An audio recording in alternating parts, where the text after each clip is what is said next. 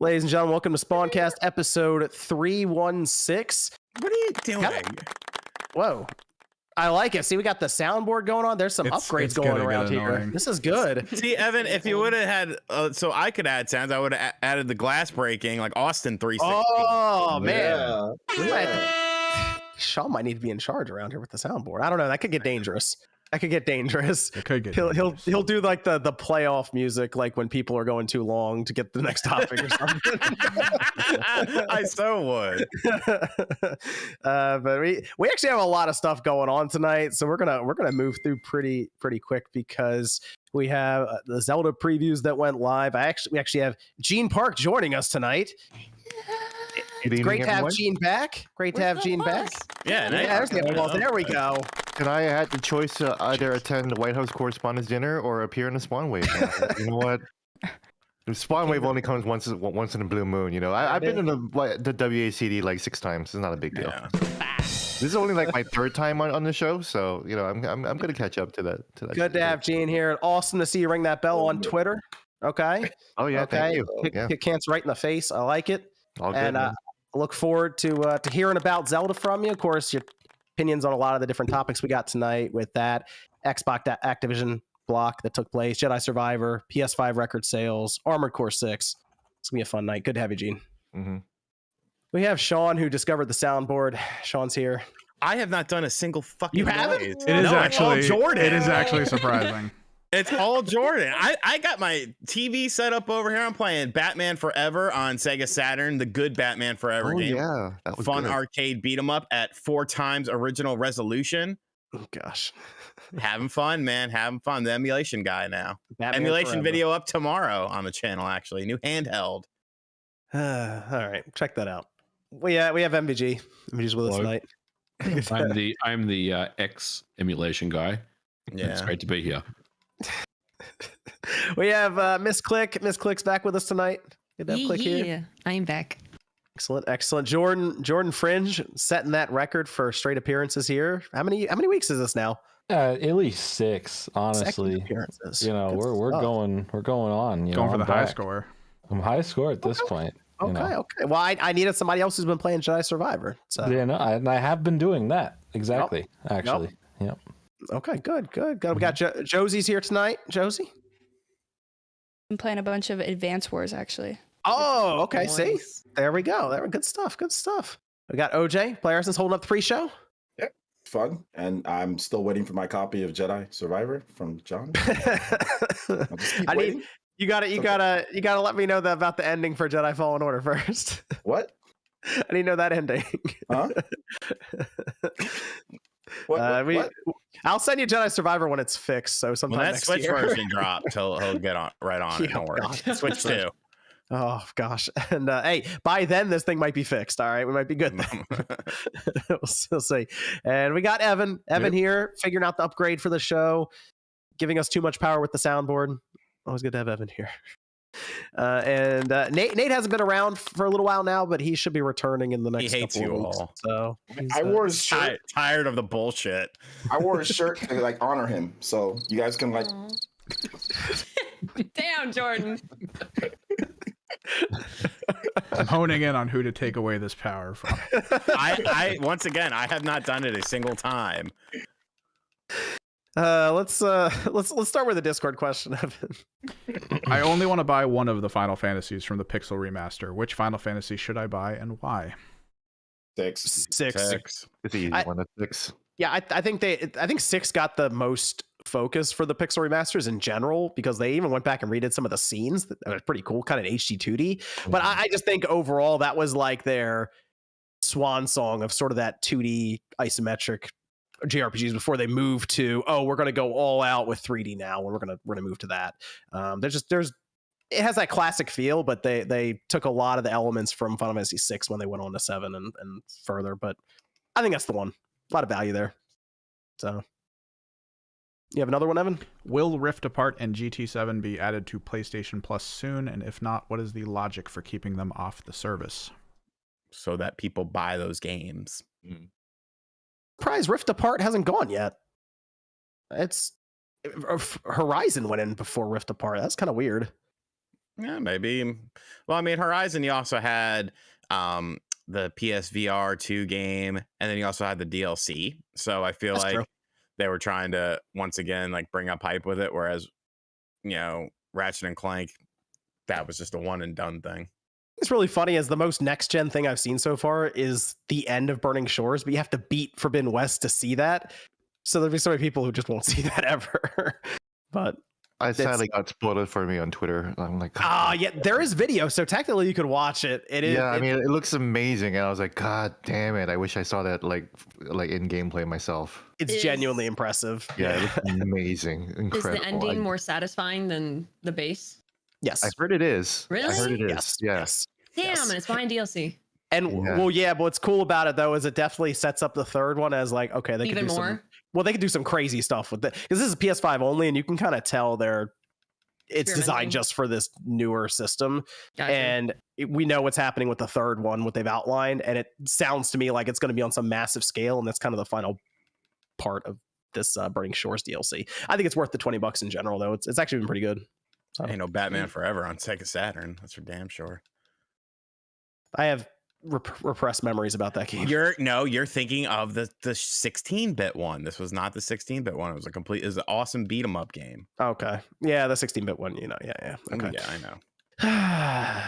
All right. Let's start right away with the Zelda previews.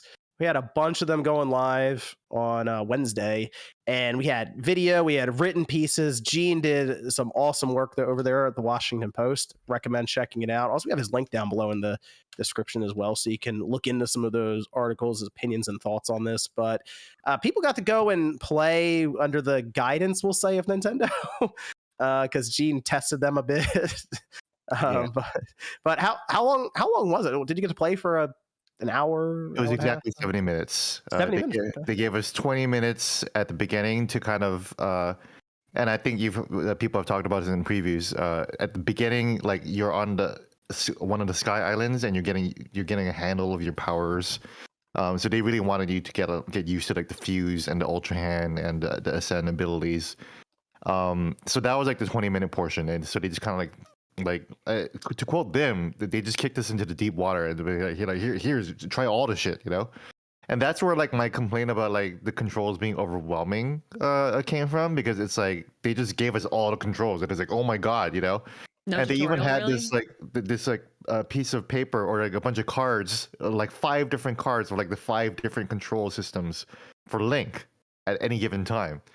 So that was really confusing. And then after 20 minutes, they explained the next part where if you see it in preview videos, that's where you are attacking the tower. And then there's a series of puzzles in the Sky Islands that you can deal with in any possible way, shape, or form. But yeah, it was heavily curated. I had like 3 fucking Nintendo representatives looking over my shoulder, like watching. And the funny thing, I've had a long history with previewing Zelda. I actually previewed Wind Waker like a month or like a month and a half before it came out on GameCube back in college. I was a college features editor, the entertainment editor, and I was like, we're just gonna fucking cover video games, right? Oh, wow, okay. And then like I was like, I'm gonna play Wind Waker. I'm the editor. So the Nintendo actually stopped by our little Orange County newsroom in Fullerton. And they came with a fucking locked GameCube. It looked like it was like a chastity belt over a GameCube. And then so they still have that system. Like the Nintendo Switches were all still fucking chained up, like lock and key. It was crazy, I was half expect, like, I think Jeff Grubb says like, oh, are they still chained to women? I'm like, yeah, they kind of are. Oh yeah. That's what it with the 3DS. Yeah. It is. Yeah. Yeah, they just cart these fucking like chained up like Nintendo's. It was a Zelda OLED too, so they had the special OLED ones on hand to try out, and we all play with the OLED. Oh, actually no, it was the regular controllers, the Pro controllers. Yeah, and like they were just watching us, and then like I guess like like they're like guiding us and telling us where to go, and then like I decided to just go rogue and dive off one of the islands to see the world below. And they were like, okay, well, you have to like teleport back up. I'm like, do I have to? What are you gonna do if I don't? Yeah, right. Testing everyone there. What are you gonna do if I don't? I want to know. Am I gonna get arrested? Are you gonna punch me? You know? They're gonna take 20% of your salary for the rest of your life. Yes. Yeah, exactly. Damn. Get me fired like that GameStop employee. I don't know. Is that when you got to the point where you were looking in some place you weren't supposed to, and they're like, turn around? Oh no, it wasn't that I wasn't supposed to. It's just that I basically got to the end of like the experience that they curated for us, and I think it was a full game. I think we were playing actually the full game, and they just had save files like there to feature, like because they were like fiddling around with the Switch. So I think they have different profiles that you would have at different stages of the game. Yeah, and then so I finished the puzzle, and like the door opened up, and I'm like, oh my god, can I go in? It's like, you can't go in. I'm like, Door? I'm just like running around like Door? I'm just like, oh, I want to see what the fuck is inside. Right. So wait, all my questions answered about the dungeons or the shrines or whatever. You're confirming that a door opened up. Yeah. He's got a thing about doors. He's got. Thank you. Yes. I told you a door would be the- opened. Yes. The chat is Door was excited opening. about this. This is a Yeah. big The door deal. was important. Yes, that's all I needed to know. I'm excited. I'm on board. And then you can kind of see inside like what's there, but it's like it's very limited, and it's, it's like because like I presume that once you go in, you would load into a different area. But yeah, and then after that, like I was able to fight the boss called the Flux Construct, and for some reason they didn't allow anyone to show footage of that. Oh. But it was a bunch. I don't know if you've seen the previews, but someone showed an image of like it's just a big robot with blocks. And they didn't want us to tell you how to like beat it, which is weird. Well, that's the fun part about it's also Zelda fine because I boss. also didn't beat it. Like it was fucking kicking my ass, and they're like, "Okay, time's up." I'm like, "All right, that's it." They probably didn't want to spoil the boss fight for people beforehand. I guess Yeah. so. Yeah. Did I you- mean, it wasn't even like a boss fight. It's basically like a stone talus, you know? Okay. Yeah. like, Did it's you a build field boss. anything cool with the like ultra hand ability or fuse? Did you do anything crazy with that? Like the weird thing is that I was actually the way I played is like I was basically trying to brute force Breath of the Wild into Tears of the Kingdom, where I was like trying to like not do the ultra hand and just see what I can do with just climbing and jumping. But I did build an airplane, which was fun, and then I don't know if you guys saw the clip of me like running out of fuel as I got to the underside of the Sky Island. And my airplane was about to like just disappear, and I decided to just like do a somersault and like grabbed onto the underside of the island and just climb back up. That's so cool. Okay. Yeah, Is there HD rumble? Or what controls were you using? It's basically the same controls. You know, the L1, LB would basically. No. I meant what controller? My bad. What controller were you using? to Oh, Pro play? controller. Yeah, the HD rumble was off. So. Okay. Yeah, I didn't do that. I also I'm an inverted dude, so I had to switch that to inverted. Really? Someone asked me if there was a pro HUD, like in Breath of the Wild where you only get the hearts. There is. So you don't have to have all that stuff there. I looked back at my footage and I was like, okay, yeah, there is actually a pro HUD that you can do. So you don't have to have all of the powers and the left and the hearts and the right or whatever like that. You can just have the hearts.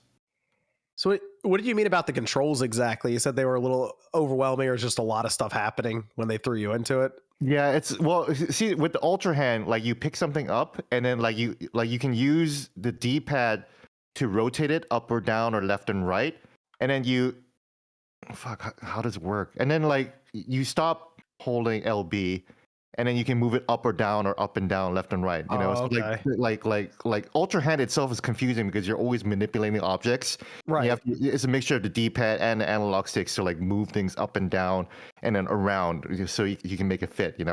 Okay. I see what you're saying. So you're kind of like rotating and also pushing away and forward and up and down. So you got all these axes going all over the place. Yeah. And then you decide to do fuse, which is ultra hand also like puts things together, but fuse is when you turn two things into like one thing. Right. I think that's the best way to remember it. In that, like, if you're gonna fuse something, you're only gonna fuse two non-living objects together and turn it into like a new item. And now you as you saw, like some people fused a rocket to their shield, and now they just have a rocket shield, and they can just fly around. And then so that there's fuse, and then sometimes you mix that up with ultra hand, and then there's ascend, which like sometimes you have to do in the heat of battle. Sometimes there'll be a fight where like you gotta ascend like right away, you know. So like that can be confusing. And then like I just completely forget what recall is, you know, like because like it just rewinds time for like a singular object back right. up. Yeah, so because people were doing that when they got like a boulder or something thrown at them, they would pop that and it would just send it back to the enemy, which is cool. I do kind of feel like you'd have to keep thinking about that a bit before they throw the object. Like, oh, they're gonna throw this, I'm gonna get rid of the recall. But it just unless you're one of like the pro Japanese Breath of the Wild players, and they'll be like recalling everything and just like flipping everything, you know, and like fusing things and throwing that stuff around. Like I can't imagine what the fuck they're gonna do with this game. I think I'm waiting for the playthroughs where people only use recall. Like no combat, just recall. Yeah, they're just throwing stuff everywhere. Recall only gameplay, that'd be amazing. Okay. Yeah, I was kind of picturing like the demo for Spoken, where they gave you a billion combos and controls, and everyone was like, "There's too much going on here." I assume they're gonna spend their time introducing each like aspect and mechanism to you in the full game, where you'll end up on a sky island to start, and then you just sort of learn everything in a curated area, and then you jump off and go do whatever you want in the sandbox. But I get what you're saying. If you have all those cards, that'd be a safe bet that they will do a very Nintendo like ramp up. You know, here's a solution to the one power that you got. Figure out the basic solution, and then 1, 2, 3. You know, like, and then that kind of thing. Did you play Breath of the Wild at all leading up to that? Like, did you go, let me turn this on real quick and check it out? Yeah, again? I did. I turned Breath of the Wild on because I was like, oh yeah, I'm gonna travel to New York and play fucking Tears. Let me revisit Breath of the Wild, and it fucked me up. Because like when I played Tears of the Kingdom, I had no idea what the fuck I was doing, you know, and so I just kept like bringing up Fuse and Ultra Hand and Recall and Ascending for no reason. And there's still more stuff in that Powers wheel that we haven't seen or can't talk about, you know. Okay. Yeah. Then visually speaking, though, when you were looking at it after Breath of the Wild, does it look noticeably better in any way? Are you looking at this like, okay, this definitely looks better than the It's a draw distance. It's a draw distance. Yeah. Okay. One is sharper because I think Breath of the Wild was 900p, and so this looks like a solid 1080. You know, it actually looks a lot sharper. No anti-aliasing. Of course, it's a Nintendo game. But the draw distance is magnificent. Like you can really see all the way back, and that was like what I was like spending a lot of my previous session was I was just like not like doing any puzzles or anything. I was just like really trying to scan Hyrule and see what I could see, you know. Oh, okay. So you can see way out there then in the game. All right. You can see way out there. So like I was in, you know that old Loman temple that's like a total square or whatever. Like that's on the other side of the map, and I was on the other side of the map, and I can see it flying. It's flying there, and I was like, I don't have a plane big enough to fly all the way there yet, you know. Do you know any frame rate issues you notice, anything like that? Yeah, I said on Twitter that it was fine, but like, it's fine for me because I don't really care that much about frame rate, and like Breath of the Wild's frame rate was totally fine because I know that there's like so many systems going on. Definitely when there's a lot of effects and like, action popping off, like especially in the tower section, definitely like it'll just chug like when there's a big explosion, and it'll settle back in, but when there's a big like event happening, like it could chug. So it's like explosion, bunch of enemies, that kind of thing. Explosions, flying enemies, like flying objects everywhere. Was there rain? That's an interesting question. There was zero rain the entire time. Really? I think they might have toned back the rain. Toned down the rainy days. Yeah. That's the worst when I'm playing Breath of the Wild now, and it's just like exactly. I was playing Breath of the Wild, and I was like, "Fuck! I forgot how much it rains and how much you can't really do anything." But it rains so much in Breath of the Wild, doesn't it? It does. It rains all the time. And it strikes you with lightning. 35% of the time. It must follow me around. I don't know. It's just I teleport someone, it's raining. Like the worst time too. It's like right when you're about to climb something, or you're halfway up a big climb and it just starts. And I just I do. I just stop and I put the controller down and I walk away for a while and come back. And I thought it was cool. I thought it was cool that they give you like the weather, like how it'll be in a couple hours. It'll literally tell you what the weather's gonna be. But what good is that gonna do if it's just rain? Like it didn't matter. Yeah, I like that though. If there's not as much rain, because that's like one of the worst. And here's the thing about Tears of the Kingdom is that a lot of the game would take place above the clouds, so there's just zero rain in the Sky Islands. Oh, that's a good point. Yeah. Amazing. Oh, that's One cool effect in the Sky Islands is that sometimes you'll see clouds like approaching the island, and then it'll just cover the island, and then suddenly the island is just fogged up, and like you're just like Aw. in Silent Hill for like a few seconds, and the cloud will just pass by. So Okay, like that's kinda that's cool. like that's super cool, like especially like while you're in combat and like you're just like fighting this monster, and then like the cloud just comes by and it just like makes everything so atmospheric. It's so cool. Interesting. Okay. Does anybody have any questions for Gene about Zelda? Feel free to I do. ask. Oh, okay. Go for it. All right, Josie. Sorry. I was just wondering. So I recently played Breath of the Wild, and there was tons of pop-in that I didn't really notice in the beginning, but now I have like more of an eye for it, I think. So did you experience a lot of pop-in? Because I'd imagine it'd be a lot coming down from the sky into the Sky Islands, and Yeah, that's what I'm saying. The draw distance, like it wasn't that bad. Like I didn't really like. I kind of noticed more pop in like Resident Evil 4 even than I did because it stands out more in a game like Resident Evil 4 or Horizon, right? Because you expect it to look so realistic. With Zelda, like everything's like very abstract shaped, but I didn't see any major objects just kind of pop in. This is definitely not a Sonic Frontiers situation, for sure. Where things just pop out like 15 feet ahead of you. Like whatever is approaching, like you would see it coming from miles away for sure. That's just Sonic outrunning the graphics. It's no big deal. I like not knowing where I'm going to land before I jump. That's great. Yeah, you're definitely gonna know exactly where you're gonna land because like it's just like, and the thing is that the dive from the Sky Islands to Hyrule, like it's long. Like you are high Really? up there. You are really, really high up there. It's Any midair crazy. combat there? Any flips upside down with bows or anything happening?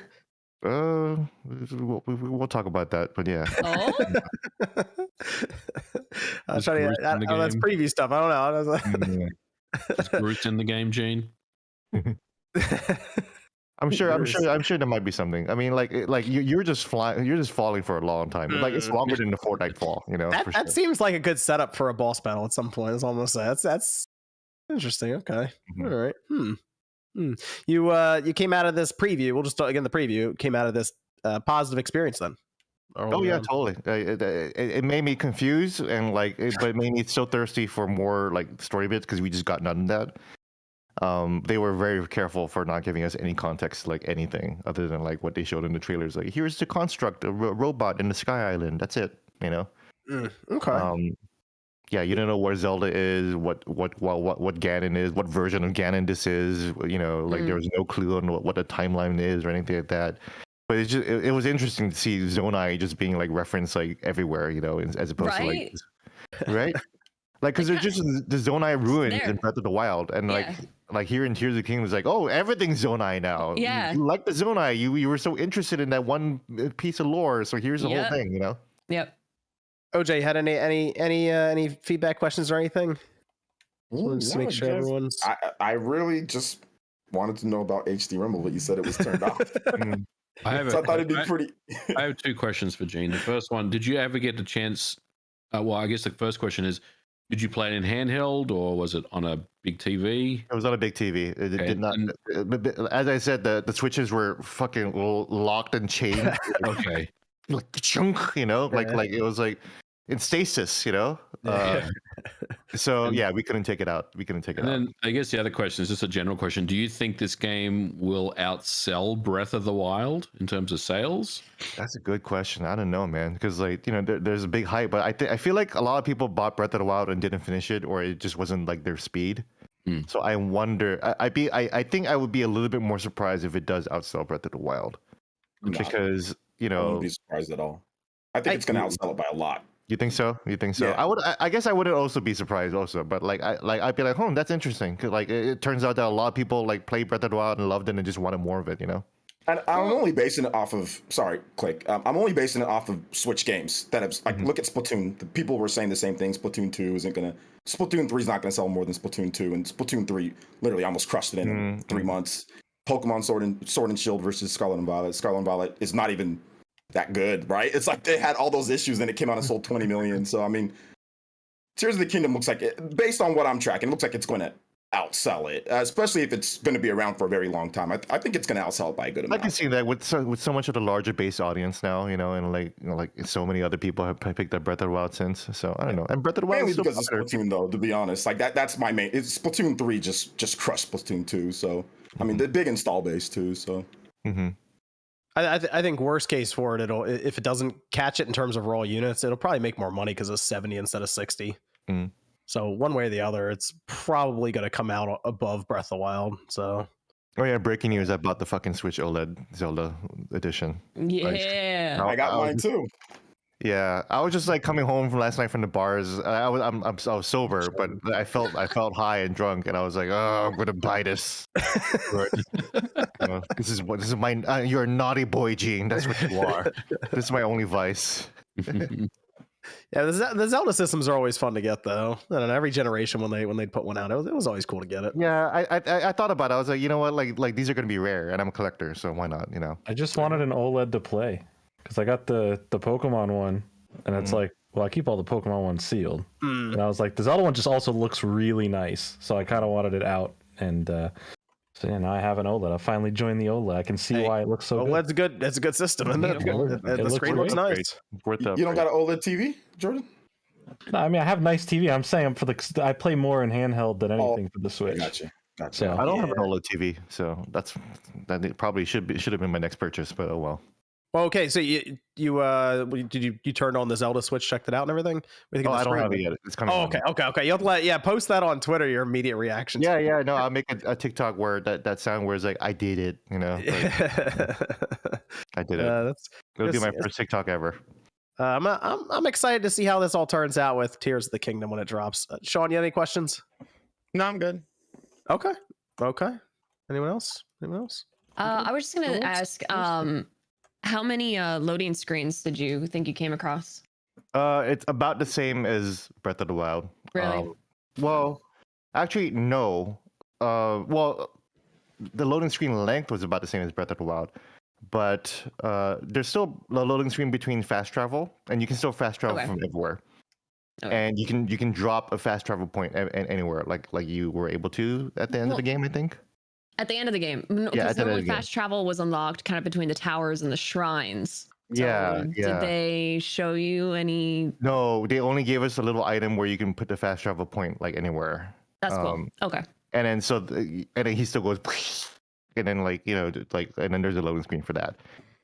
There's no loading screen between the sky and the Hyrule. Like that, I was impressed by. Yeah, I thought that was exactly. Really cool. Like you can go from the ground to the sky to the ground with zero loading time whatsoever. It's just completely smooth. And again, the draw distance. Did you see any loft wings? I did not. That's what I was looking out for. I mean, like I figured that the loft wings are ancestors of Dorito. So. Yeah. Okay. Dorito, not Dorito, but yeah. Dorito, that's a nice sponsorship they got. That's Zelda. Hey, we're not too far out. Like less than 2 weeks now. So I'm looking forward to picking it up, seeing what it's all about when it drops. That's May 12th. Pretty much next week. Yeah, it's crazy. Getting close. Mm-hmm. We'll have reviews popping.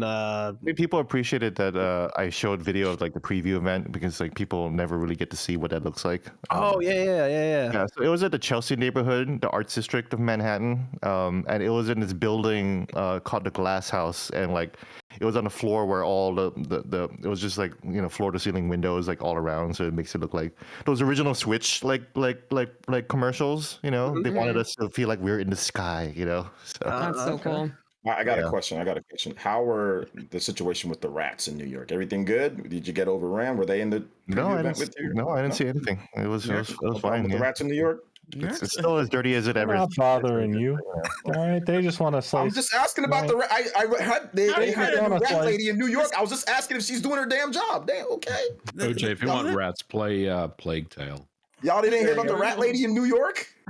The new rat lady? I'm missing this reference. No, I'm missing the lore here. Oh my! New York hired a new rat lady for $155,000 a year to take care of the rat problem. Really? Yeah. Huh. What does that entail? What does that mean? Seems like a low amount of money for one person to handle all those rats.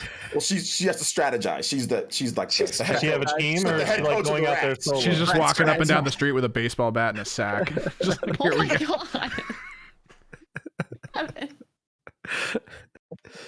Oh, and they brought that Link statue from PAX East over to New York.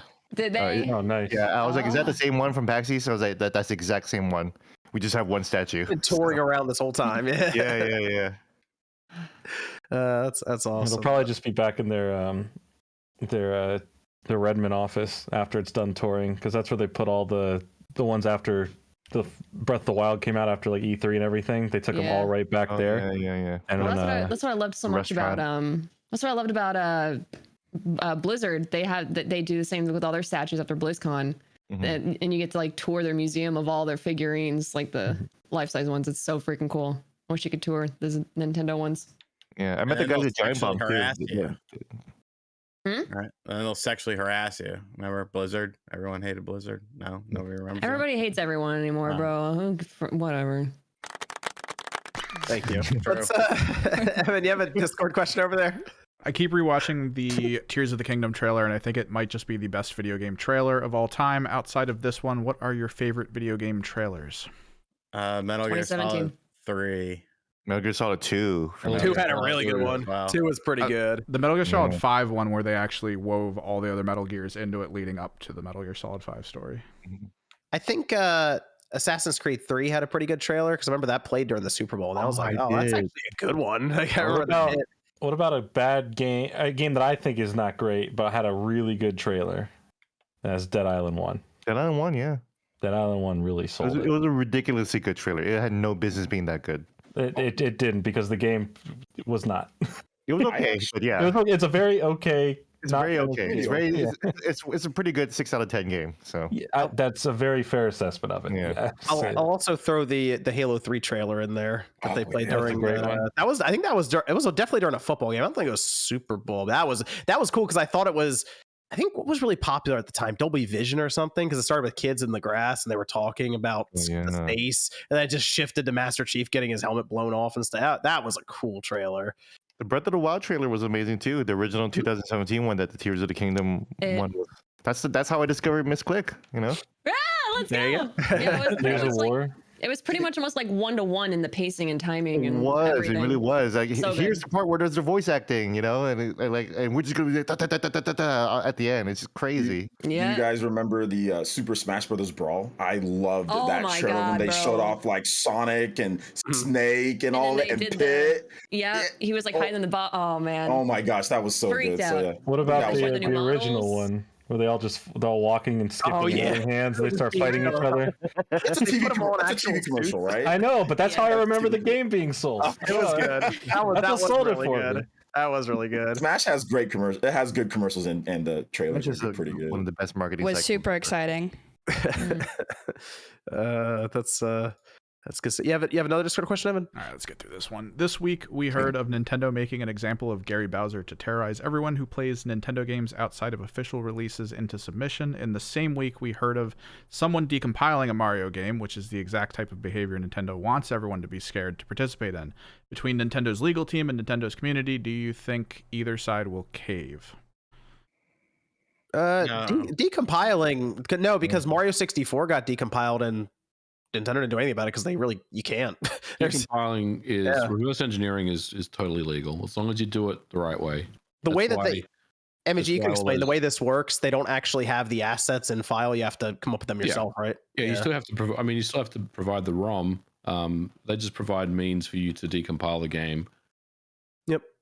So they won't get in trouble. But like, if somebody's like, "Hey, I'm gonna start selling this device that makes it so you can hack your Switch and download any game you want," then Nintendo, obviously, you saw what they did with Gary Bowser. So yeah, and also charged money for it and made lots and lots of money from it. I will say this Team Executor kind of went through the ringer a bit in the homebrew circles. Also, like there was some stuff going on that people were. I think it was like there was code that people weren't too sure about, and like some of those loaders that have been sold, people have questions about some of the code and the little OS stuff they have on there. I've seen that get argued about a lot too. So I don't know, that whole scene, especially when money gets involved like that, gets kind of sketchy. It's one thing when it's hobbyists and people are like, here it is, open source, look through it. It's another thing when they're like, this is closed, give me $1,000. So, but it's Nintendo. We kind of know what them and Take-Two, you know what they do. Mm-hmm. You have another one, Evan? Let's go with, what is stopping the American-Canadian side of the Activision, Blizzard, and Microsoft from merging, but running as two separate entities in UK? Oh boy, here we go. This is part of the Xbox Activision situation where we got the announcement. Was that on Tuesday? That might have been, was it Tuesday or Wednesday? Either way, one night people were going to bed thinking this thing was passed. It was approved. We're good in the UK. The CMA is good. We're going to roll to EU, and then the FTC will be ready to lay down. And then it got blocked. That was the announcement that, well, it definitely riled up the internet. It was a crazy day on Twitter. But now that it's blocked, from what I'm seeing, there was the initial shock of it happening. And now there's a lot of people who are thinking this deal it's dead. Like it's not going to go through at this point. Although Microsoft, Brad Smith, CEO chairman there, says that they're going to try to push it through and fight for however long it takes. But by June 30th, they'll have to renegotiate a deal with Activision to extend it or give them $3 billion and move on and not acquire Activision Blizzard. And it would feel like about a year and a half of wasted time, to be honest. So it's hard to tell where Microsoft goes from here, but that's basically the question. Now that it's been blocked by the CMA, the EU's up next month, and then the FTC is already suing. One, if you're Microsoft, you just move on from the deal, cut your losses, pay the $3 billion, and look for an acquisition elsewhere, and then invest, I guess, in your own studios. Or two, do you just see this thing through for what could be another 2 to 3 years? It's crazy. Sean was very excited about this topic, by the way. I don't. He couldn't believe it. He couldn't believe it. I am an adult who owns all video game platforms, so I heard you had the largest collection. I do. I have I have over 120,000 video games. Like, I'm still me and Guinness are still talking, or Guinness and I are still talking. The beer company. Definitely doing a lot of drinking these days. But no, I just, okay, it didn't go through. They'll probably fight it. It'll drag on for another 6 months to a fucking year. It's like the never ending story, except this actually is a never ending story, because the never ending story ends after like season 2 coming up. Minutes. Season 2 coming up. But here's the interesting thing though, Sean. We all thought that it would be Jim Ryan and Sony who'd get it blocked on the basis of Call of Duty and consoles. Ended up being cloud gaming in the UK. Microsoft said that their capacity right now for cloud gaming in the UK is 5,000 users at a time. They haven't really hit that capacity ever. Like, I don't. It seems I think the biggest problem that I have with it is it's essentially a bunch of dumbass, out of touch people who don't know anything about the industry deciding what can happen within the industry. And I think that's what bothers me the most about it. I don't care either way. If Xbox gets Activision, cool. If they don't get Activision, cool. Like, I'll play, if Activision makes a game, a Call of Duty, and I want to play it, I will simply buy the game on whatever platform it's available on. I just don't like, because it reminds me a lot of, Joseph Lieberman and, fucking idiots like him from the early 90s, Tipper Gore and shit like that. Just people who don't know what they're talking about deciding futures of stuff. And I get that there's the business aspect to it, but it's a whole bunch of nonsense at this point. Just like, let it be. What do you think over there, Gene, when you saw it was blocked? It's been a story for what feels like forever now. Yeah, what I was like, at first I was like, what the fuck, cloud gaming? And the funny thing was that, like my editors, like, they don't really understand like video games, right? But they were still asking like important questions like, so is Activision doing cloud gaming? And I was like, not really. That's a good question. So it's like, that's why it sounds confusing. But then when you think about it, like, it's weird that they decided to like talk about like how Microsoft is having this like growing majority in the cloud gaming market. And I can see their concern in that. It's just very tenuous, the connection between that and like, oh, let's have Activision games and let's have Call of Duty. It doesn't have anything to do with Call of Duty at this point, and I don't know, like, they're not going to put Call of Duty on cloud. Like, no one will play Call of Duty on cloud. You can't play a game like that on the cloud gaming with the latency, Yeah. Like, that's just not a game that you will play on the cloud. So I tried playing Halo Infinite on the cloud, and that didn't work out. It's rough, and that's just Halo Infinite, Spinning in circles. It's horrible experience. It just didn't work. But I'm also a weird person where for some reason everyone always tells me, oh, Microsoft's cloud gaming runs better than PlayStation. I don't know why, but when I stream games on my PS5, PS3 games, it runs way better than streaming Xbox games. And I guess maybe it's because they're old games that I'm playing versus the latest releases that are available on cloud on Xbox, but it's noticeably different. And I don't know why. It is better. The remote play option has sucked for me though. I've never really had any good experience with remote play, which is why that Q-Lite, that's a completely different topic, but that's why that Q-Lite. Oh yeah, me neither. I just could be like interesting if they actually make remote play good, but like otherwise, like if it's just the same experience, like then $100 or less. Yeah, it's got to be like 100. Like if it's anything more than $200, then forget about it. Yeah, absolutely would have to be priced right. But I kind of think Microsoft might be better off just moving on from this deal at this point. I know they'd give up $3 billion to Activision Blizzard, which it's gonna hurt Activision Blizzard bad. It'll hurt them more than Microsoft. You know what Microsoft should do? They should make a $69 billion video game. Yeah, well, that's the thing. You feel now we're talking. I mean, they're not gonna then turn around and just start spending $69 billion on. They might look around and be like, all right, well now. Sony this whole time, which if they tie up for 3 years, we'll say, or 2 or 3 years, Sony's making acquisitions right now. They're going around, they're picking people up, and right now it's a race for talent. It's not even like who has the intellectual properties, it's who has the talent and the developers. So I mean, Microsoft's looking around right now, like, where's that Carbon engine? Let me pick this thing up real quick. MVG, what do you think about this? Where are we going here? What would you do if you're Microsoft right now? Well, first thing I want to say is go back to the videotape archives about 2 years ago when we first started talking about this. I remember saying that this is not going to be a sure thing. This is going to get pulled through the ringer. It's going to get scrutinized. It's going to be ripped apart, dissected, thrown on the table. All the guts are going to get thrown out and exposed. Come on. And here we are. Are you trying to take a victory lap on this, really? Hell yeah, I am. He did say it. I remember. Yeah. And look, I think Microsoft right now basically throwing this Hail Mary to see if this is going to go through. I think, John, I agree with you. I think probably the best course of action at this point is just to step away and say, look, we gave it our all, but we need to move on from here, because sure, there may be an appeal, but I feel like there's going to need to be concessions to be made for that to even exist.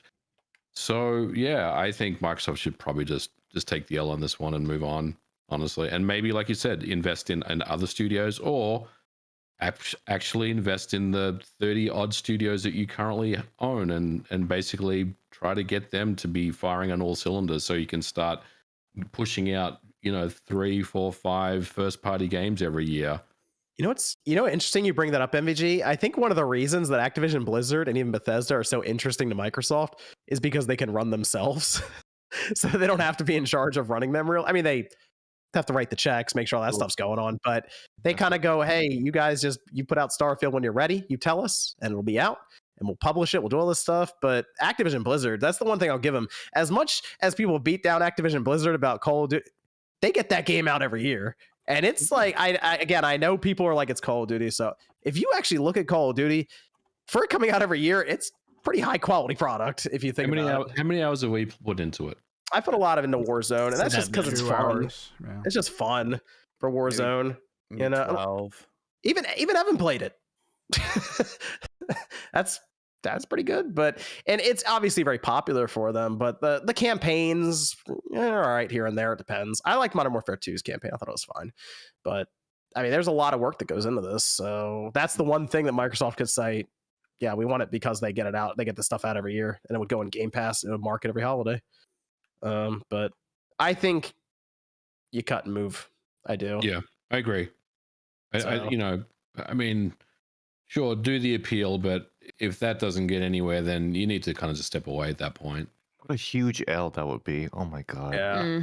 They wouldn't be able to, but the thing is, they wouldn't then be able to turn around and get a Take-Two or something. They would have to step down a bit further than that, even. So I think L to the point, Gene, where some executive positions may be, made vacant. We'll say, like, I feel like some people's positions are kind of riding on this thing to go through. It does kind of seem like that MVG, the way that they're like, Brad Smith was up at 2 a.m. drawing up stuff, and it's like, oh, yeah. You should probably go to sleep. Yeah, well, he's as MVG says, there might be jobs riding on this for all we know. So. Especially because there's the mobile division that they're So thinking he's of. tweeting Too. like his fucking life depends on it.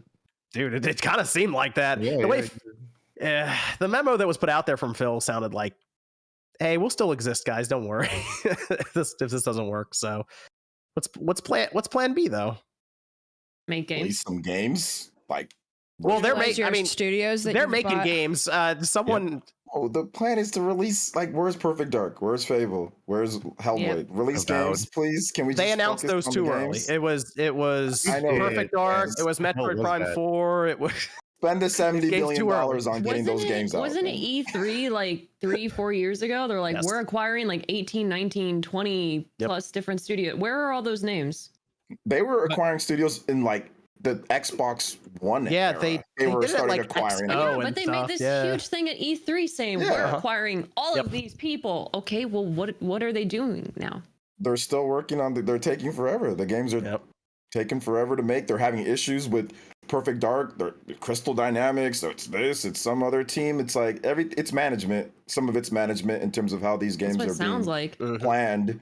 But there's definitely issues. I can understand like Hellblade. You know, going from Hellblade to this, like that game Hellblade, the original, that was like a smaller scale AAA game. They called it like a high end It's AA true. game. Yeah, and it's now carried going by to like Storm. a full Yeah. scale AAA game. I get that, but like Yeah. other stuff like Perfect Dark or Fable or all these things, it's like why announce them? And then at their last show, they're like, oh yeah, everything's out in the first 12 months, and then like all that stuff got delayed out of it. So, but it's like whatever. Like whenever the games come, they come. But like I just wish that they would the focus. It seems like if there was games coming out that I wouldn't mind all this acquisition stuff, but it's like the games aren't coming out. So therefore, that's the only reason why I bring it up is because it's like, okay, y'all ain't releasing anything. Like last year there was nothing. This year, I mean, Hi-Fi Rush was good.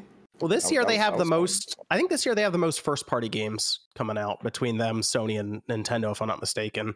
But I don't know how good these. More than No. Nintendo. Nintendo's had one every month.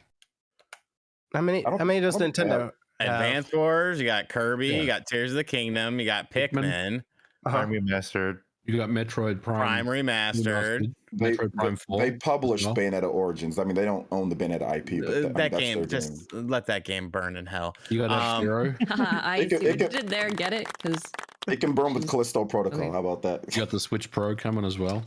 The Switch Pro's coming. Okay. I just bought an OLED. So it'll. I had to look. I thought they had 5 or 6 games coming out this year because they've MVP, released. check the fucking chat. Jesus Christ. Does the chat even come up? I can't even see it. It's in the new thing. It says SpawnCast chat. Yeah, you guys It's a pop. new- you can pop this it's- video out, then click. Yeah, you can SpawnCast pop the chat. video out and hit SpawnCast chat. Okay. But I figured it out now, but I might need you again. The PS2 resolution wasn't fitting the whole screen. It was going too big, but now I fixed it. Okay. Heck yeah. Good to know. Playing Tony Hawk 3. Nice. What? Playing Tony Hawk 3. Yeah, it's a good fucking game, John. That And is it's a at classic. 4 times resolution. It looks magnificent. Whoa. Okay. I'd have to look.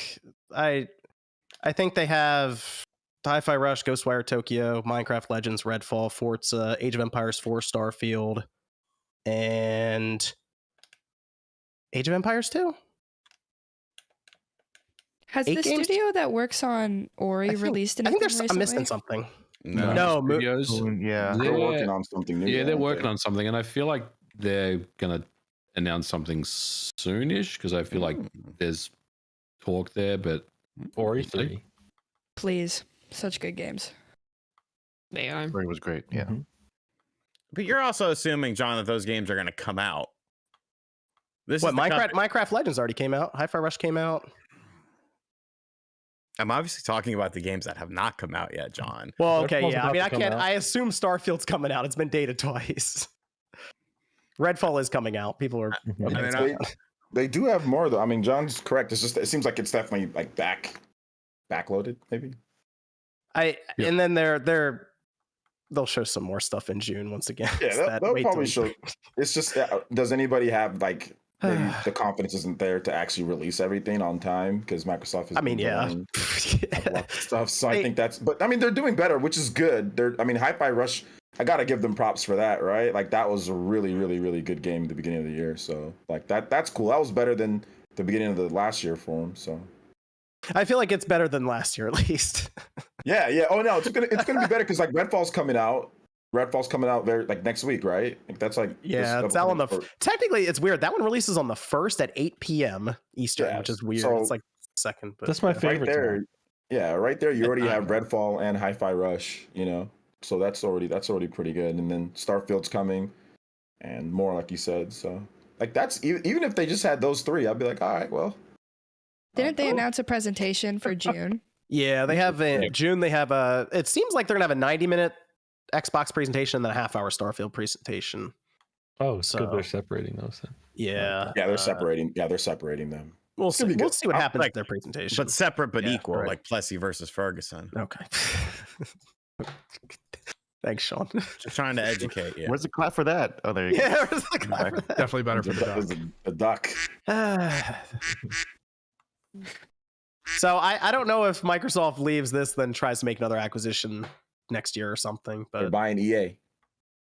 I think they go. I think they turn the corner and they go complete what they tried to do years ago. Also, and they just look at the markets right now. Like no one's really in a buying mood right now, are they? Because like people are trying to, not let staff go. Like they're trying to tighten their belts at the moment. I don't feel like it's that time to just open up the checkbook and start buying studios at the moment. So maybe they'll just kind of sit on it for a little bit and try again maybe next year or something. They sit on it. I think next year they turn the corner MVG, they go back, complete what they tried to do years ago. And they just pick up Capcom. I just don't want them to monopolize. You just buy Capcom. Why would get it done? I don't think Capcom. They're not hurting right now. This isn't early 2000s, John, when Capcom was at their lowest and they could have easily been bought. They're doing very well.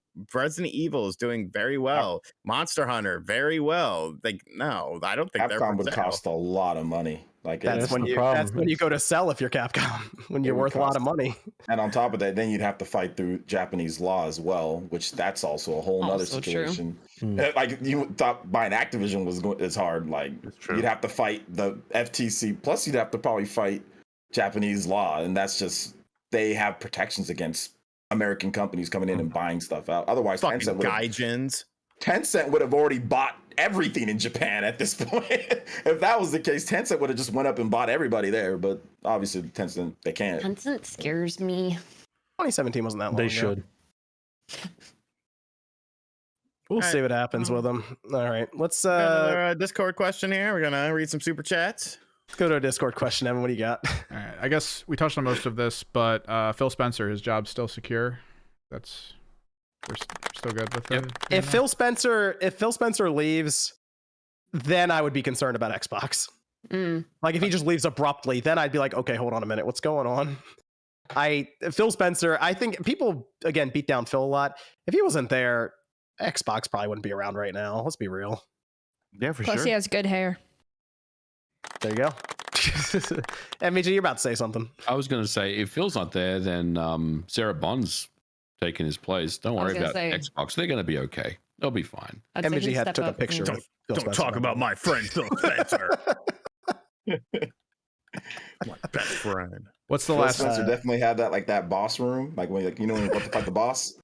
It was at that point he had to try to save the whole Xbox. So I got to give him credit for that because without him, Xbox probably would have just been like a dongle attachment for like a TV or something. Well, he's here. Like Phil Spencer's in the chat. He says, "My job is safe. Don't y'all worry about it." There you go. That's got to be him. All right. I'm happy for Phil. Hope he's doing well.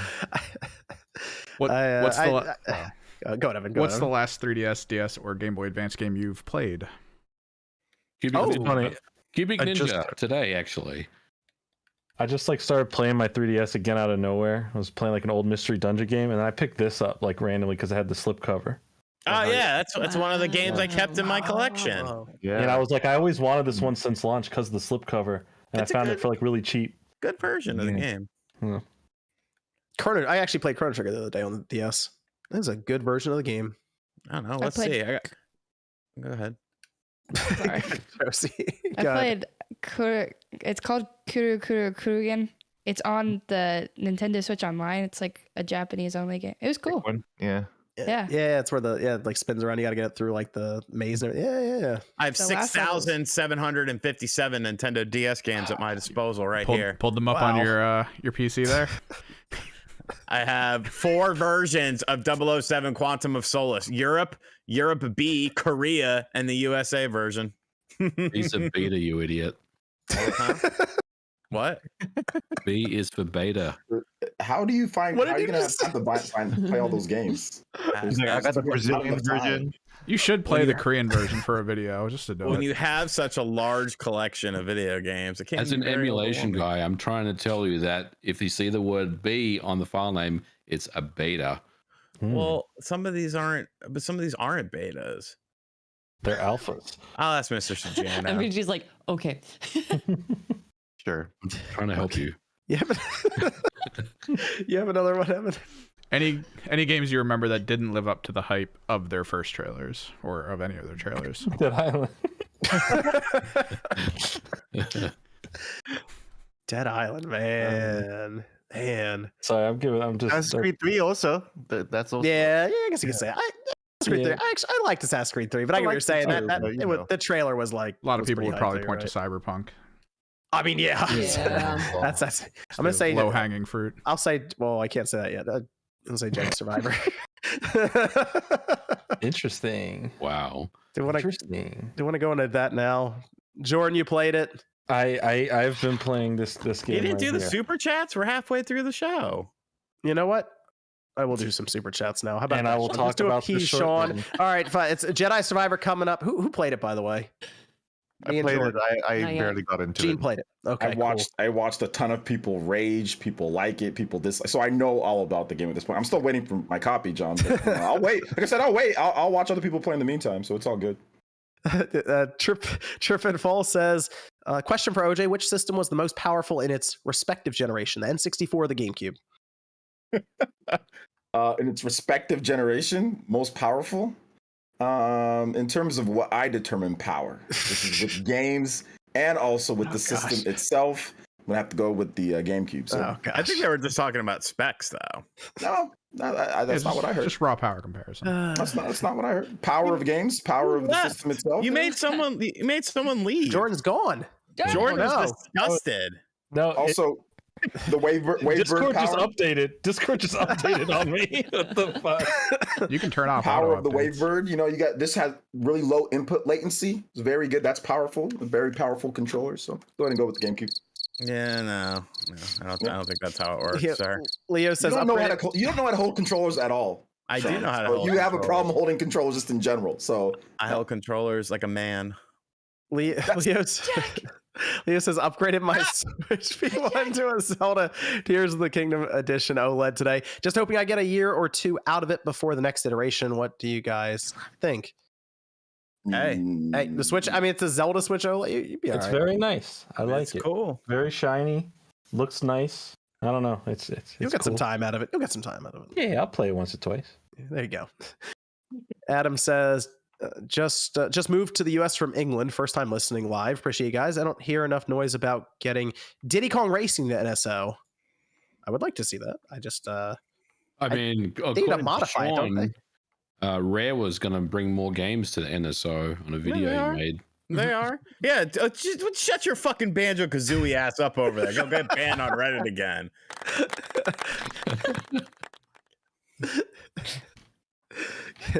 Cab says they verified Nate and banned MVG. Yeah, they did the right thing. That's what we call that. Yeah, but Nate's friends with the moderator or something. Inside politics going on over there. Yeah. I see. Collusion. Kev says, watching from the comfort of my own home. Gaming says, Josie is being on the cast, kind of like hanging out with your dad and his friends, with your mom occasionally dropping in on the conversation. All right, man. I'm sorry that I'm young. My bad. Let me just gain 10 years. Never let you live it down, Josie. No, it's kind of true though. Like that's the Bradley says when you buy a game on release, you are paying the most amount of money for the worst version of a game. Okay, Jordan. And we'll do it again. Let's talk about Jedi Survivor. First of all, I do want to point this out. Jordan bought it physically. I on did. the Xbox? I bought it physically. Did you? How though? mu- Did What you kind of though? install was on that disc versus how much did you have to download? Yeah. It was like it's like what 20 something was on here, and then the rest was all it was something like What? stupid small. It was all download. It was like 25 or 26 gigabytes, yeah. and you had to download 112 or something. Yeah, it was a very very big install, and that begs a lot of questions for how the game. See, people were wondering how would they get Call of Duty on the Switch with that file size. They're going to sell you a 70 megabyte cartridge. That's what they're going to do. Mhm. We're already getting used to it now. Yeah. So, how much you get to play of it, Jordan, so far? I've actually played a lot. I don't know how much you've been able to play with it. I don't know how to. Xbox says I'm 4.5 hours in right now. Okay, I'm definitely further than that. Yes, I would assume so. All right, so I don't want to give away spoilers, obviously, but I'm joking. this game is combat-wise, story-wise, great. I'm having a good time. I think the story's fun. I like how it's telling what we've missed in the time since the last game and what it's building up to. It's a very interesting story. I like Cal as the main character still. I like his relationships to other people in this universe. The gameplay, it starts you off with a lot, and I don't even feel like I'm halfway through the game yet or close to it, but the amount of things you just get to do and unlock by the point that I'm at, it feels like overwhelming. There are so many different little techniques and little side steps and wall climbs and grappling that you just get constantly. It's constantly giving you new things to learn and do, and as well as with the lightsaber and how it has these stances to unlock different versions of the lightsaber, and then the customizing. There's so much. It's very deep. It's everything you wanted the first game to have more of, and for that, fantastic. Love it. But the more you play the game, it feels like it's slowly like breaking itself in the background. Noticed this because I'm already noticing this 4 hours in, 4.5 hours in. And I will say, as far as game crashes, I always feel like every time there's like a stutter, I'm like, oh, it's gonna crash, and it's crashed one time, but that was more recently, so it was later into the game it crashed. Aside from that, there is a lot of audio glitches where the audio just cuts in and out randomly whenever it wants to, sound effects or the ambience or mid conversation. Things when it tries to go into a cutscene, like a pre-rendered cutscene, it definitely has like a weird glitch about it sometimes, trying to load that in. There's very bad pop-in on textures constantly every time it changes viewpoint. It's like little things, like it feels like the game is really nice, but it's held together on like glue and like popsicle sticks, and it's just like one good like gust of wind and it could kind of collapse. And I think that's where we're getting into how terrible the PC port is and all the problems that are coming off of that, because I'm pretty sure it's almost unplayable for a lot of people on PC. Is that where it's at now? Yeah, there's a lot of stuttering and people have like these $4,000 rigs, and you can't touch 60 and worse. The frame pacing's all over the place, and it's just ugly to look at. And even on console where you can play it, it definitely struggles. Like the second you just turn on the game and you're seeing the logos come in of the like, oh, here's from Respawn and here's Electronic Arts, when it's saying those names, when it's stuttering just loading that, and there's slow motion and stuttering on there, then there's some issues going on. I feel like the polish, like I get why they had that little delay, right? I feel like there was just a little bit more time it needed baking to hold this game together, because there's a lot of great, but there's also a lot of bad. And I think that conversation goes into, well, here's an example of a AAA game that came out 3.5 years later past its other game and didn't take 8 years to come out, which seems to be this generation's trend. When was the last Gears of War? I don't know. The next one will be in 8 years. So yeah. It's like, sure, they did it. They got this like game out in a in a timely manner, which is nice. I like having the next game, but at what cost? Is like, what are we sidestepping here? Where's the cookie cutter parts? Because this game it's definitely not optimized, put together as well as it can be, but it's a pretty game at some points. Give it that. It's a very beautiful looking game. Sean had a bit of a rant. I think was it on Twitter you had a rant, Sean, about this? Yeah, I really have a two-part situation. First and foremost, this generation sucks ass. The fact that there's games coming out for the PlayStation 5 and the Xbox Series X that are not at the bare fucking minimum 1080p 60 frames per second is a travesty. Fuck your 4K, fuck your 8K, fuck all this bullshit, fuck your performance mode, fuck your graphics mode. Make games that have baseline specs across the board, bare minimum specs across the board. But secondly, and not even my question is, how did this game score better than its predecessor on Metacritic? This is a good question. If there's so many issues, and it's not just the PC version, it seems like console players are having it too. I watched Jermaine play the game, and he played it at midnight. He was very excited. He was a big fan of the first game, and he's playing it, and he's like, this doesn't feel, that's a next gen only game. Yeah. And he was like, it doesn't feel like a next gen only game. And it seems very strange. And I think my biggest problem is you have people, and I know this is no reflection on Gene, but you have people out there like Jason Schreier who are like, you're wrong if you're saying there's performance issues. It's the best thing in the world. Go fucking read my article where I talked about how it's amazing that they made this game in 3-year turnaround time. And it's like, well, no, like people are having genuine issues. Both people who have played it. What did you play it on, Jordan? What system? I'm playing it on the Xbox Series. We're both playing on the Series X. Okay, so they're both playing on the Xbox Series X. They both had problems. So, yeah. I mean, how are you going to say that problems do not exist within this game? Something just seems, everything, I shouldn't say something, I should say a lot of things seem very off with this game, from the reviews to the performance issues to this, that, and the other. The problem is like the game itself. If you look at it gameplay wise, story wise, this so far is a very enjoyable experience, fixing a lot of the stuff or adding in a lot of stuff that the last game didn't have. I think it is definitely an improvement on the combat, the fighting, the handling, the flashiness. There's a lot of reused animations, but that's another thing. For in this game, not just like, oh, they just copied and pasted from the last game. It's just you keep seeing the same finishers over and over again. And it's like, all right, we can maybe do something different.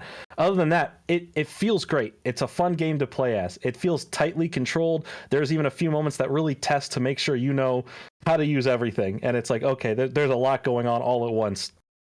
But it is held back because of the issues. And I feel that it's going to take a lot more than just a patch to fix these issues. Because it is playable. You know what gets me but about not on PC. Jordan? This should be a game right now that we should be sitting here talking about as it scored like 90 something on Metacritic, because when you're playing the game, it's really good. Like the game is great, but dude, oh my gosh, you start it up and Coruscant is where they start you, and there's stuff all in the background, and I'm like, I'm gonna go performance mode.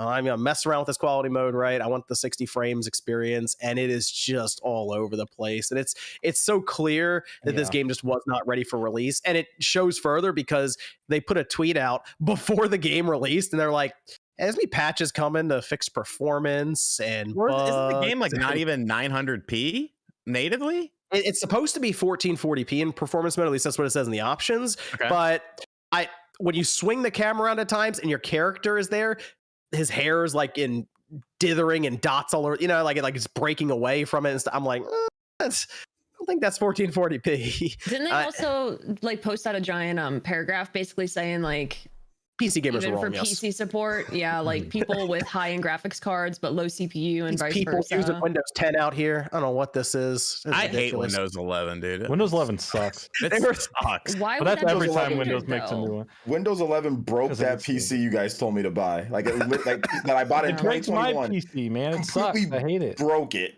So and it's forced. It's forced. But the thing is, it's pretty obvious the PC, which by the way, these PC releases are.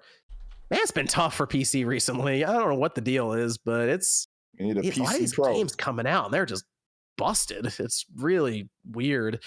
But the thing that gets me though, Jordan, is if this in a perfect world, this ran as advertised, let's say 1440p 60-ish. Well, you expect, okay, at some point in the game, a bunch of stuff's going to happen.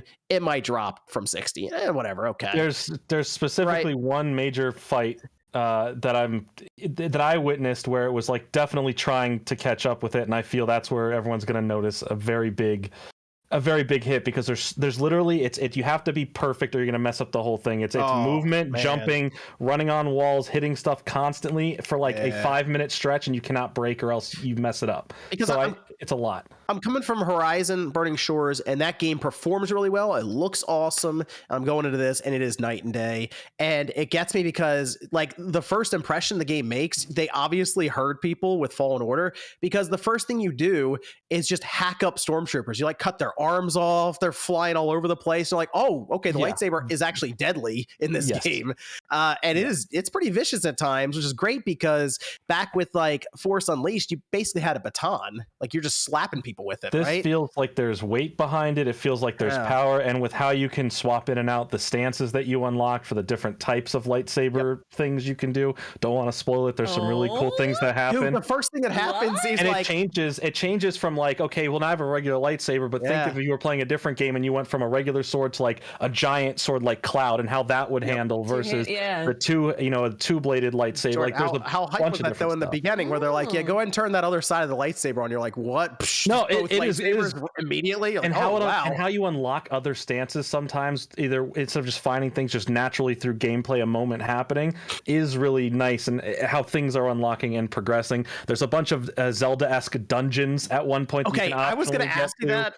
If you went, like, earlier on, I went through a door and it's like, there's this Jedi, like, temple you don't have thing. to do this, but if you want to check it out. What do you mean? And I go through it. It's like a 15-second elevator, 10-second, something like that, right?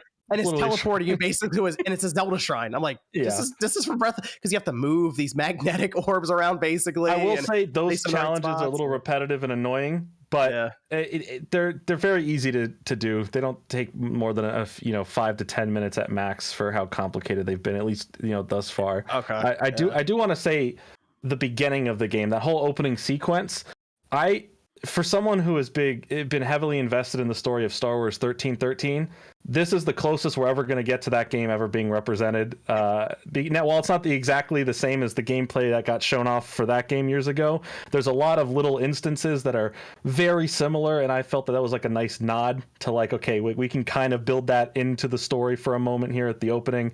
And just seeing, Coruscant in this much detail and learning more lore about it, it's a very good opening. It's a very strong opening, and it leaves a bunch of mystery to, like, who are these people, what's going on, where are we at in the story. I believe it's 5 years. It's 5 years since the last game story wise, and you start learning quite a bit. And I would say, again, the story is fairly interesting, and they don't waste a moment getting you right into some pretty big battles and getting really used to those. It's just frustrating, because I should just be telling people to buy this game, even if not Star Wars fans, because it's just a fun game, but I can't recommend it to anyone. I can't tell them to buy it. So it's got a great Metacritic score. It's just it's so messed up right now, to where I'm just trucking through it because I liked Fallen Order. I like Star Wars. I'll live with it for now, but I bet you in 6 months, if they do fix it, that's when it's a good recommendation, because then it'll probably be even cheaper. But the other thing, Jordan, real quick, and then I want to see what Gene, if you said you've played some of it, Gene, just want to see some of your thoughts. The platforming is better. The wall running and, like, this Mega Man X climbing mechanic, where you're basically just kipping off the wall over and over again. You know what I'm getting vibes of, Jordan? Vibes of Prince of Persia. Yeah, no, there's specifically certain things in this game that will remind you of Prince of Persia, and the more that you're unlocking, the more you're getting. It feels like it's taking all these little things from other games that are known for them and just putting it all into what your character can do and unlock. And there's even times where it's not as, right in front of you, okay, you got to jump to that ledge and run over there and do this. It's like, hey, figure it out. How do I get over here and over here? Okay, if I combine these powers, I can get to over. It starts making it feel like I'm figuring it out, rather than seeing, oh, there's a yellow ledge over there, I guess I can grab that ledge and climb to that yellow ledge. There is a lot of that, but I think as the game's gone on, it's cut back on a lot of those, and I'm just like, wait, hold on, what am I looking for? And then I'll notice something in the distance, I'm like, I'm supposed to get there, and then you're like, oh, I can. And it's been a lot of fun exploring it. So Gene, what are your early thoughts on it? Yeah, I already got past Coruscant and just a little bit past that.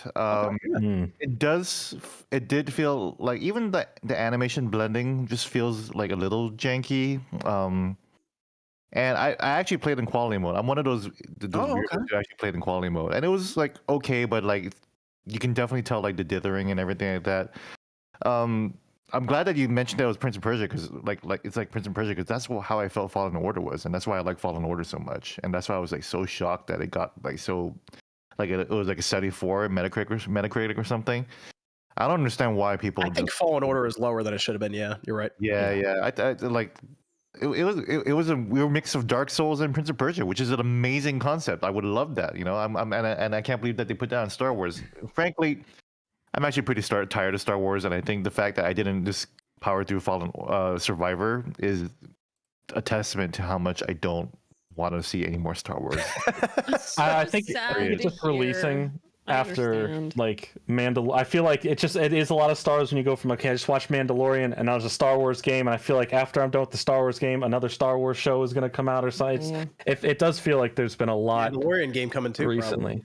Thanks, Disney. I wouldn't be surprised. It's a 79 on Fallen Order for Metacritic. Yeah, that feels like something I would expect in the 80s, but nah. I would feel like 83, 84 on that. Yeah. Well, lucky for for them, Breath of the Wild will come out, so people will forget about this game, get distracted, and then when they finish Breath of the Wild, Tears of the Kingdom, Breath of the Wild 2. I still call it Breath of the Wild 2. Am I the only one? Anyway, I call it Breath of the Wild 3. Then they'll come. Okay. Wait, Click, you're gonna play Jedi Survivor? I haven't played Survivor yet, no, but also I play on PC. So okay, why would I mess with it on PC right now? Yeah, exactly.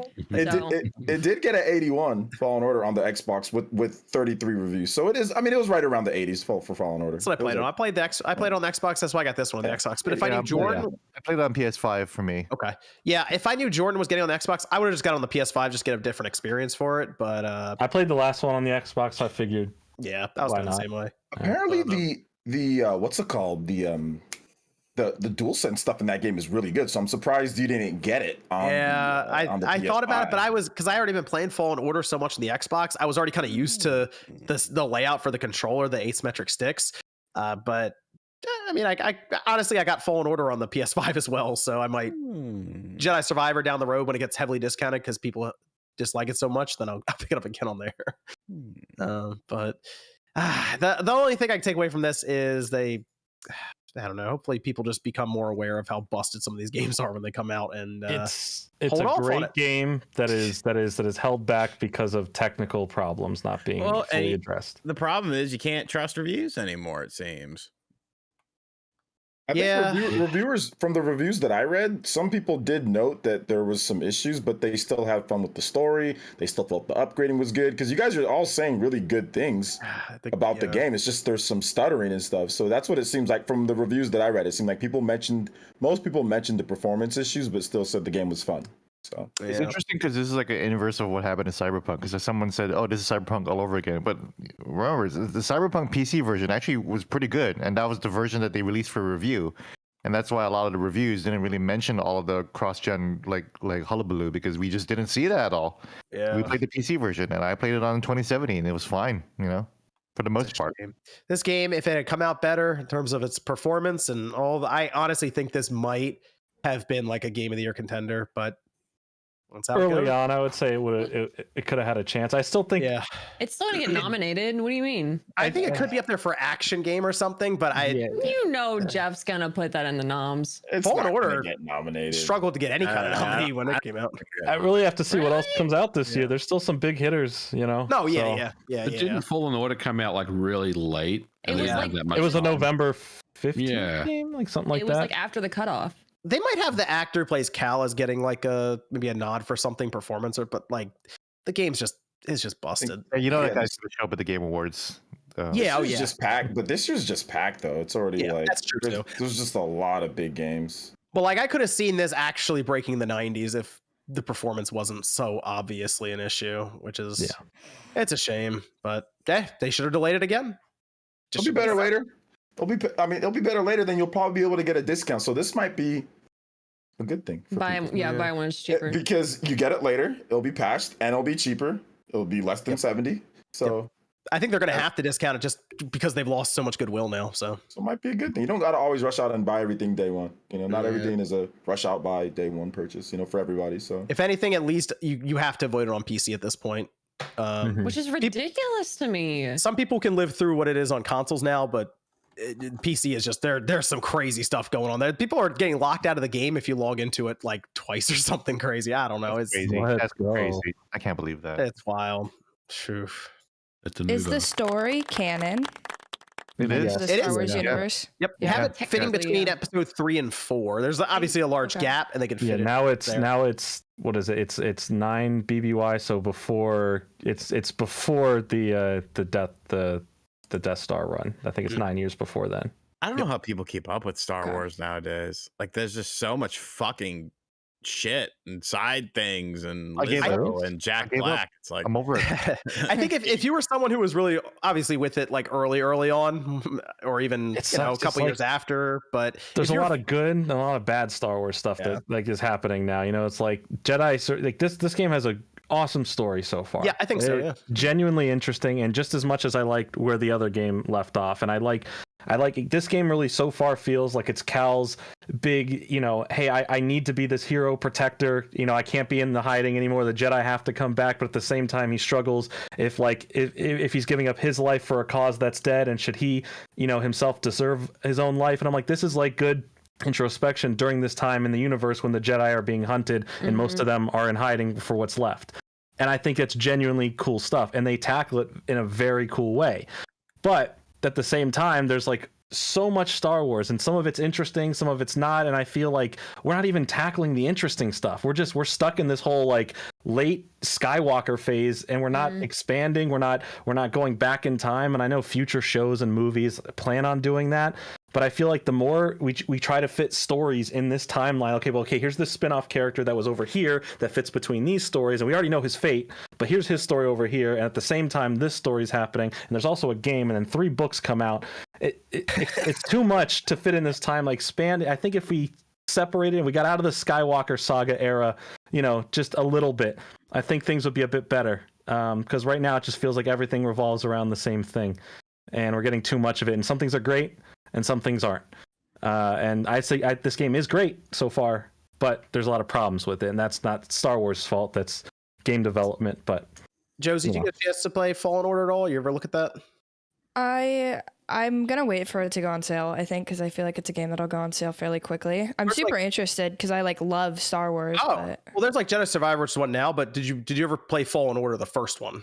Oh no, a little bit. My brother had it, so I played it with him a little bit. And I love the mechanics and stuff. I haven't gotten into it really. But I definitely want to play it, and I love like the High Republic era of Star Wars. So I hope that they sort of take something in the direction of that in the future. There's a lot of, if you like that stuff, there's a lot of cool stuff in Survivor. Okay. There's a lot of cool references and tying back into there. So I would say that's why I like the story, because we start talking about some stuff from then, and I hope we actually get some movies or some shows about that soon, because I'm tired of where we're at now in the universe. I would recommend Fallen Order though, Josie, if you kind of check that out a little bit. It is even in EA Play through Game Pass as well. Okay. So, Definitely do Fallen Order first. Like the story is really good, and like you kind of need to finish it before you get to this. and it one. works now. It's good. Yeah, it runs really well. Yep, they have a patch I think for the Series consoles now. If you have like a Series S, I think it even runs at 60. So Oh, perfect. Okay. Yeah, Well, I'll check I it remember. Yeah, I remember when John bought me that game. He bought me Fallen Order, and I played it, and it was good. 'Cause John bought it for me. I'm just saying. I remember when you bought it for me, man. like, I appreciate that. hey, Jedi Survivor, you might be picking that up for you in like 6 months when it's $10. There you go. Black Friday deal. Honestly, that actually might be one that's gonna be on sale around that holiday time period. Yeah, Mhm. but Evan, we have Discord question over there. Let's go with the announcement of Inspector Gadget going everywhere except for Xbox. Do you think it was Gosh. marketing decision or a Sony anti-Xbox deal? I'm sure Sony had that up on the whiteboard with the dart through it. Had to They're like, have we it. got to keep this off Xbox. Can't let now." Gadget. I'll get you next time, Gadget. Next time. Sean was actually hyped for that game. I think it looks cool. I like the art Yeah, style. yeah. Reminds me of the Style's cartoon. great.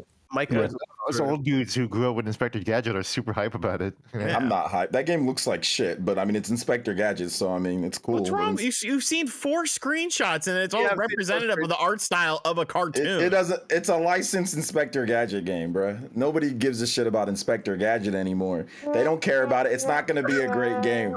You guys know it's not. It's just you guys like the It's show, not which gonna- I like no, the show It's well not as gonna well. be a great. but the Nobody's saying game it's going to doesn't be a look like great gonna game. be It's good. just it's going to be. First off, it's going to be a budget title because it's a microids game. $40. So I mean, we're not expecting something fantastic here. It's just a nice little complimentary game. How much money do you think Sony paid to keep it off Xbox though? The probably Millions. 20 billion. Millions. $10. $69 billion. I High think five. publisher decision. So that's what I'll say about that. You have another Discord question, Evan?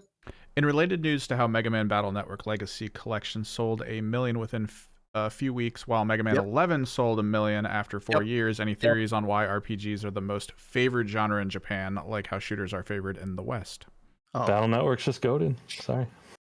I think there's a lot of value in Battle Network anyway for people who looked at it, because there's a lot of playtime there. I mean, X is great because it's an older platform and all of that platformer, but Battle Network is it's a pretty popular series. Battle Network wasn't re-released though. Mega Man games have been re-released a million times. Battle Network was never re-released. It's something fresh. They added online play. It's just better than, if you're looking at it like pound for pound, it's just better in terms of what they did with this. So that's why it's just people rushed out and bought it. Yeah, it's time to drop the Mega Man Legends Legacy Collection. All right. So here's how they do it: Legends 1, Legends 2, Misadventures of Tron Bon, and the Mega Man Legends 3 demo that they pulled. Your Capcom's not going to do that, but you know that'd be probably not going to do that. Yeah, Get Phil Spencer on the phone. We're going to buy Capcom, and then we're going to put out Legacy Mega Man Legends Collection. That's how we're going to do it. First release. There's an engine that will run all those games. Is there? Unreal. It's Unreal Engine. Yeah, Unreal Engine, exactly. Yeah, with data and shader compilation. Right. Hell yeah. Have fun with that. Legends with Lumen. Better than the alternative. That's all I can say. I think that's I don't know where else they go with their collections, but that would be kind of cool just to do Mega Man Legends. Those games are still really expensive. Or hey, who knows? Just a new Battle Network game. There you go. I mean, I like that whole era of Mega Man. So we're just Mega Man 12 for fuck's sake. Mega Man 12. There it is. No. X9. X9. No. X9. Hell yeah. It's okay. A new Battle Network Mega 7. Man Legends, Mega Man Battle Network would be super cool. Like, I think that would be really good. And I think it would do extremely well. Yeah, I think Battle so. Network 7. Mega Man Legends would be amazing too. No, Mega Man Legends would be great. It's just Battle Network. I think right now Battle Network's like, people clearly want Battle Network. Like, that was really fast for an old game collection. That's really fast. I was surprised at that. That's great. That's really fast. It shocked. I think Capcom's even shocked about how fast that's. There's this certain nostalgia for that. That 2000s Mega Man time. 2000s anything, but that 2000s Mega Man, it's hitting from the anime, from the manga to the games for Battle Network. And people are actually playing it online. Like, people are like, there's people that are like playing online and strategizing and trading. It's kind of crazy how popular the game is. You know, it looks great, by the way. The game looks great. 2 copies for some reason. I only pre-ordered 1, and they sent me 2. So maybe that's why it's selling so well. They're just sending random people 2 copies, like an extra piece of Popeye's chicken tenders, because you didn't give a shit. You know? They just really wanted to make sure you're happy. Yeah, exactly. So there's 2 copies of it. Hey, new Battle. Go, Gene. I got 2 biscuits today. Amazing. Hey, nice. New Battle Network game and RE Engine. Let's do it. Oh my god. You're kind of crazy. A little overkill right there. No, they did an RE Engine. Monster Hunter Rise. Ghosts and Goblins. Yeah, also, like, if they made it look like Monster Hunter Stories 2, like that style with Mega Man Battle Legends, Mega Man, oh my god, Battle Network, yeah. Phoenix right into RE Engine. That would Phoenix right. Yeah. Go for hyper realism too. Don't just go back. Let's do it. Realistic, Let's go over to the PlayStation 5 sales. We got some information from Sony to close out the week for the PS5, which sold a ridiculous 6.3 million, or shipped a ridiculous 6.3 million PlayStation 5 consoles. This would have covered their last quarter for the fiscal year, but for the calendar year, January, February, March, 6.3 means that it outsold the next best system in that time period of a calendar year, which would have been the PlayStation 2, I think in 2005. And now it brings the PS5 up to 38.4 million, which means less than 2 million behind the PS4 when you launch align them. And they're looking now to sell another 25 million consoles this fiscal year, which would be the most that PlayStation has ever done in its history. And selling at $400 and $500 for these systems at that kind of a clip is that'd be pretty impressive. I'll be curious to see if they can actually get that done. But now is the PS5 just back on track? Is this thing outselling the PS4 when it's all said and done? I mean, just look at all the games you can get for PS5. It's so worth it to buy one right now. Wow. This generation's been fucking awesome. So many. It's what be year? Was it 3 at the end of this year? Year 3? You'll be year 3. It's incredibly impressive because it's the biggest for the quarter. There is a little bit. It's like, well, they were so supply strapped that when they finally got supply, people decided to go out there and buy. Yeah, so they should have already been at this place. If they actually had the supply, they would have been at this number. But it's cool to see that they were fine. To me, the takeaway is they got supply under control. That's the takeaway for this. Is like, hey, if you want one, you can get one now. So that's the dope thing about it.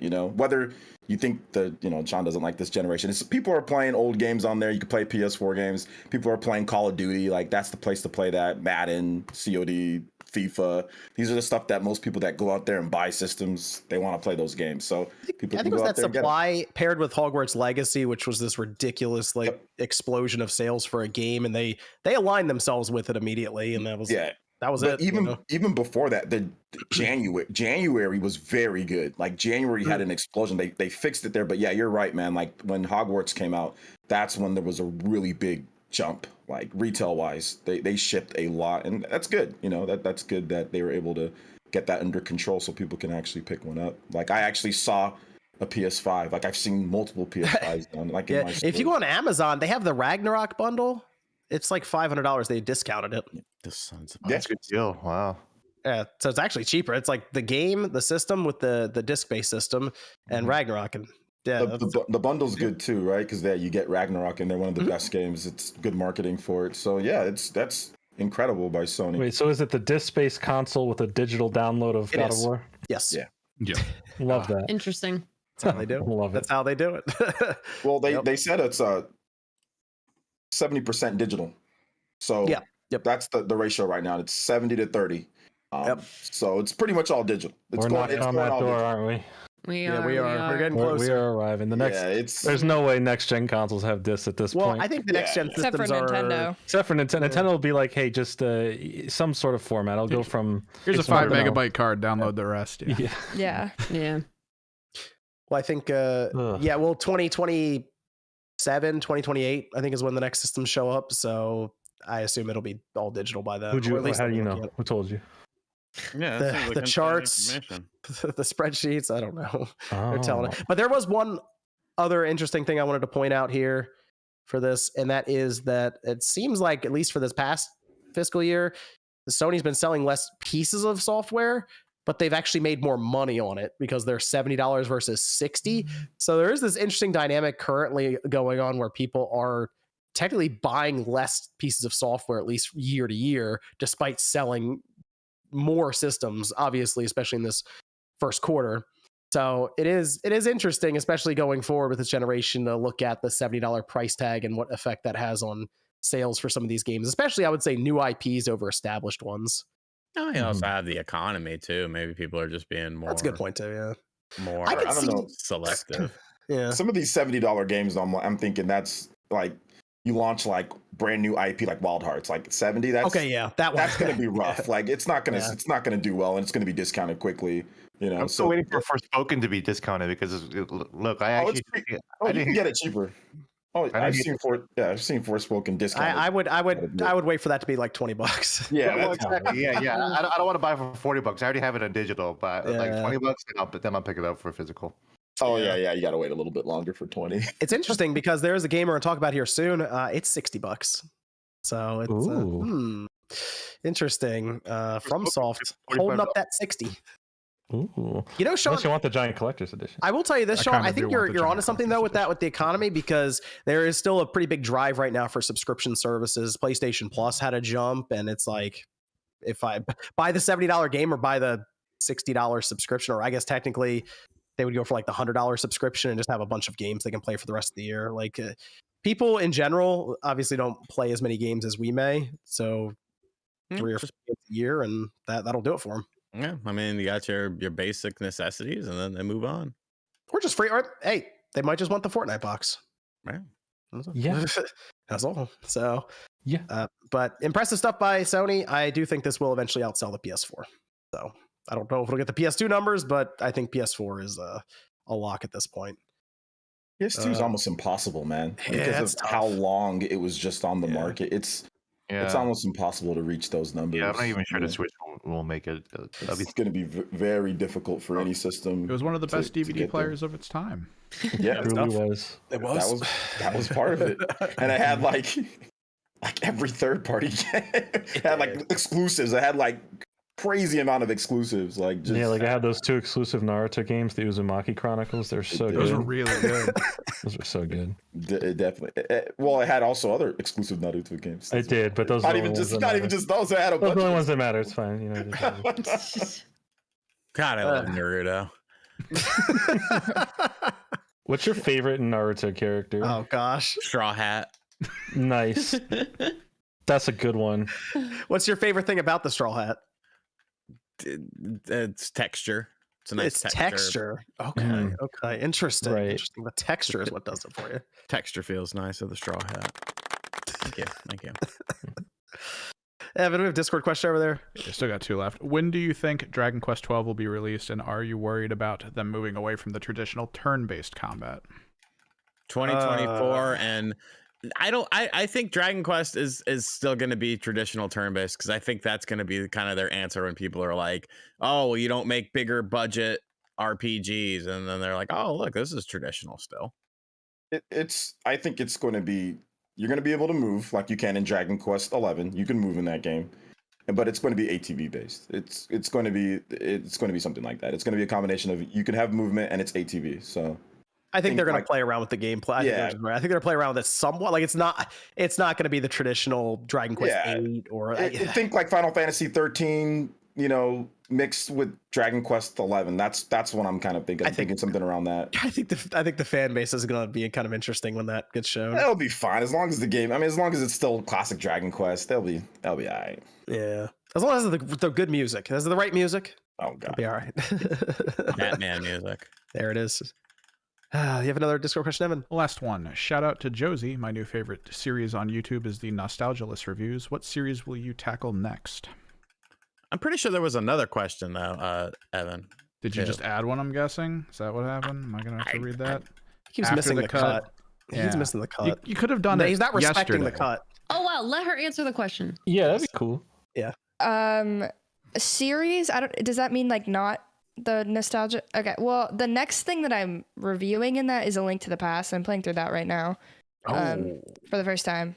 So that's a good time. And yeah, that'll come out within a month maybe. And then after that, I'm kind of looking at doing like challenges, but I'm also trying to feel how I want to do that with it's like a lot of challenges, like older games, like well-known games or newer ones, or I had this idea and it was a really crazy idea, but I was don't say the idea. No. Okay. Do not say the idea. Okay, it was a cool idea, but then I got really scared to do it because I didn't know the reception. It's just motherfuckers will steal your shit. People will steal your shit. Do not say it. Okay, well, never mind. It was a cool idea, I thought, but I was stressed out about not the reception, just the comments. Because it's like, who cares about that? About the comments. If you have fun and you like doing it, you do it. Yeah. You know how many people I told to suck my dick in this chat tonight?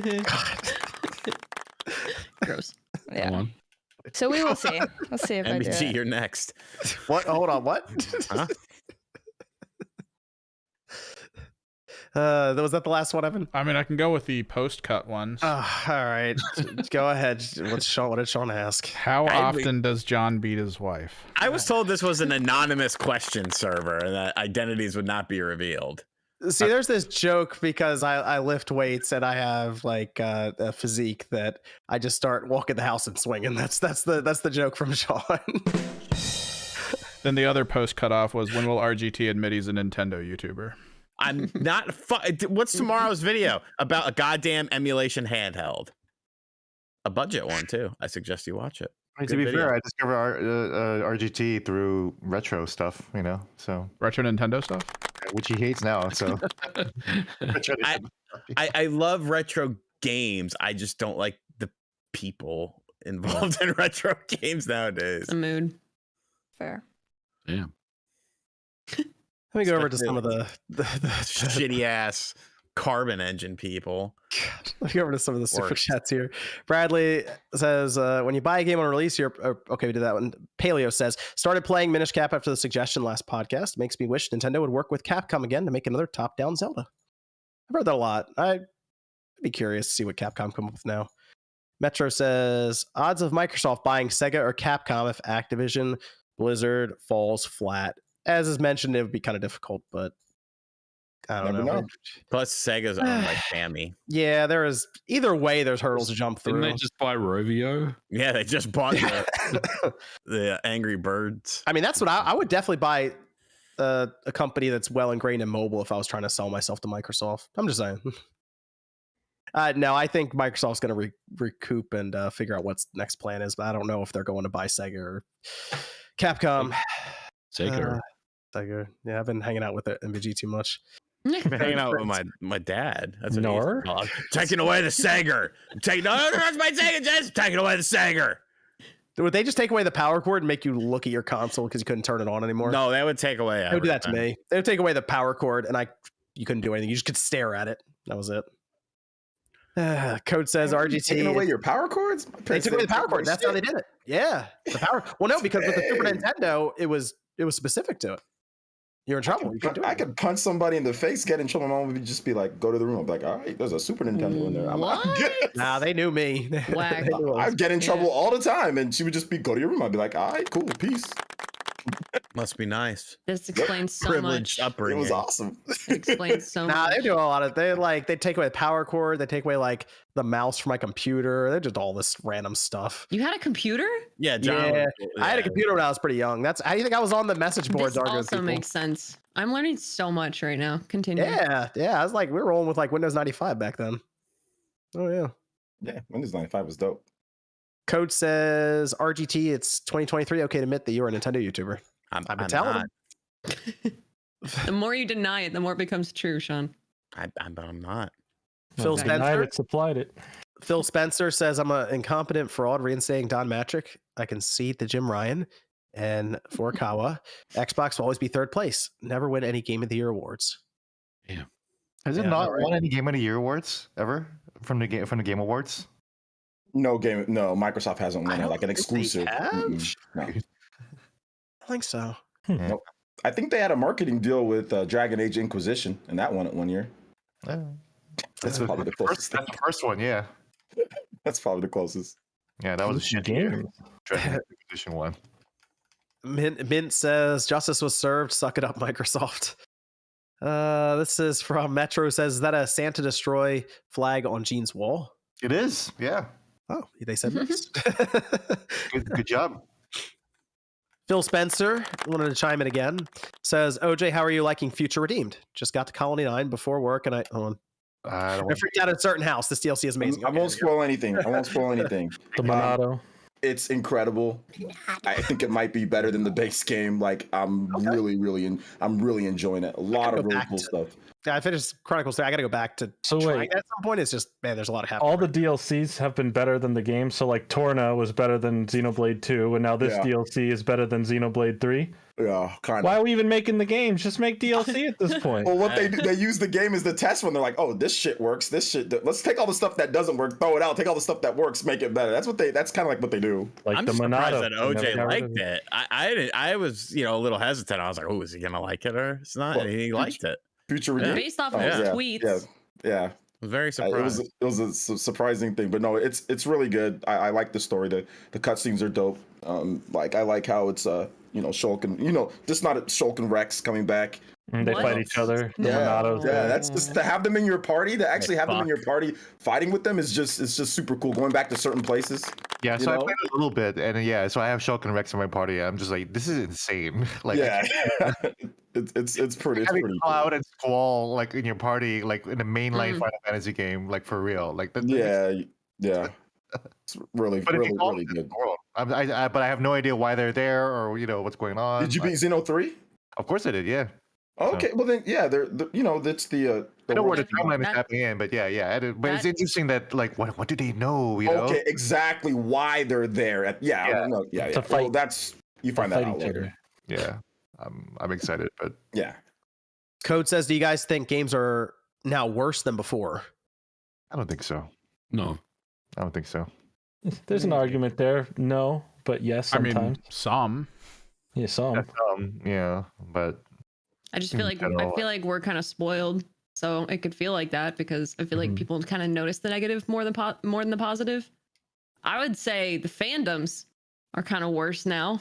I feel like no, they're more passionate now. Has anyone gone back and played some of these Xbox 360 or PS3 games recently? Yeah, I just played Battlefield Bad Company 2 with some.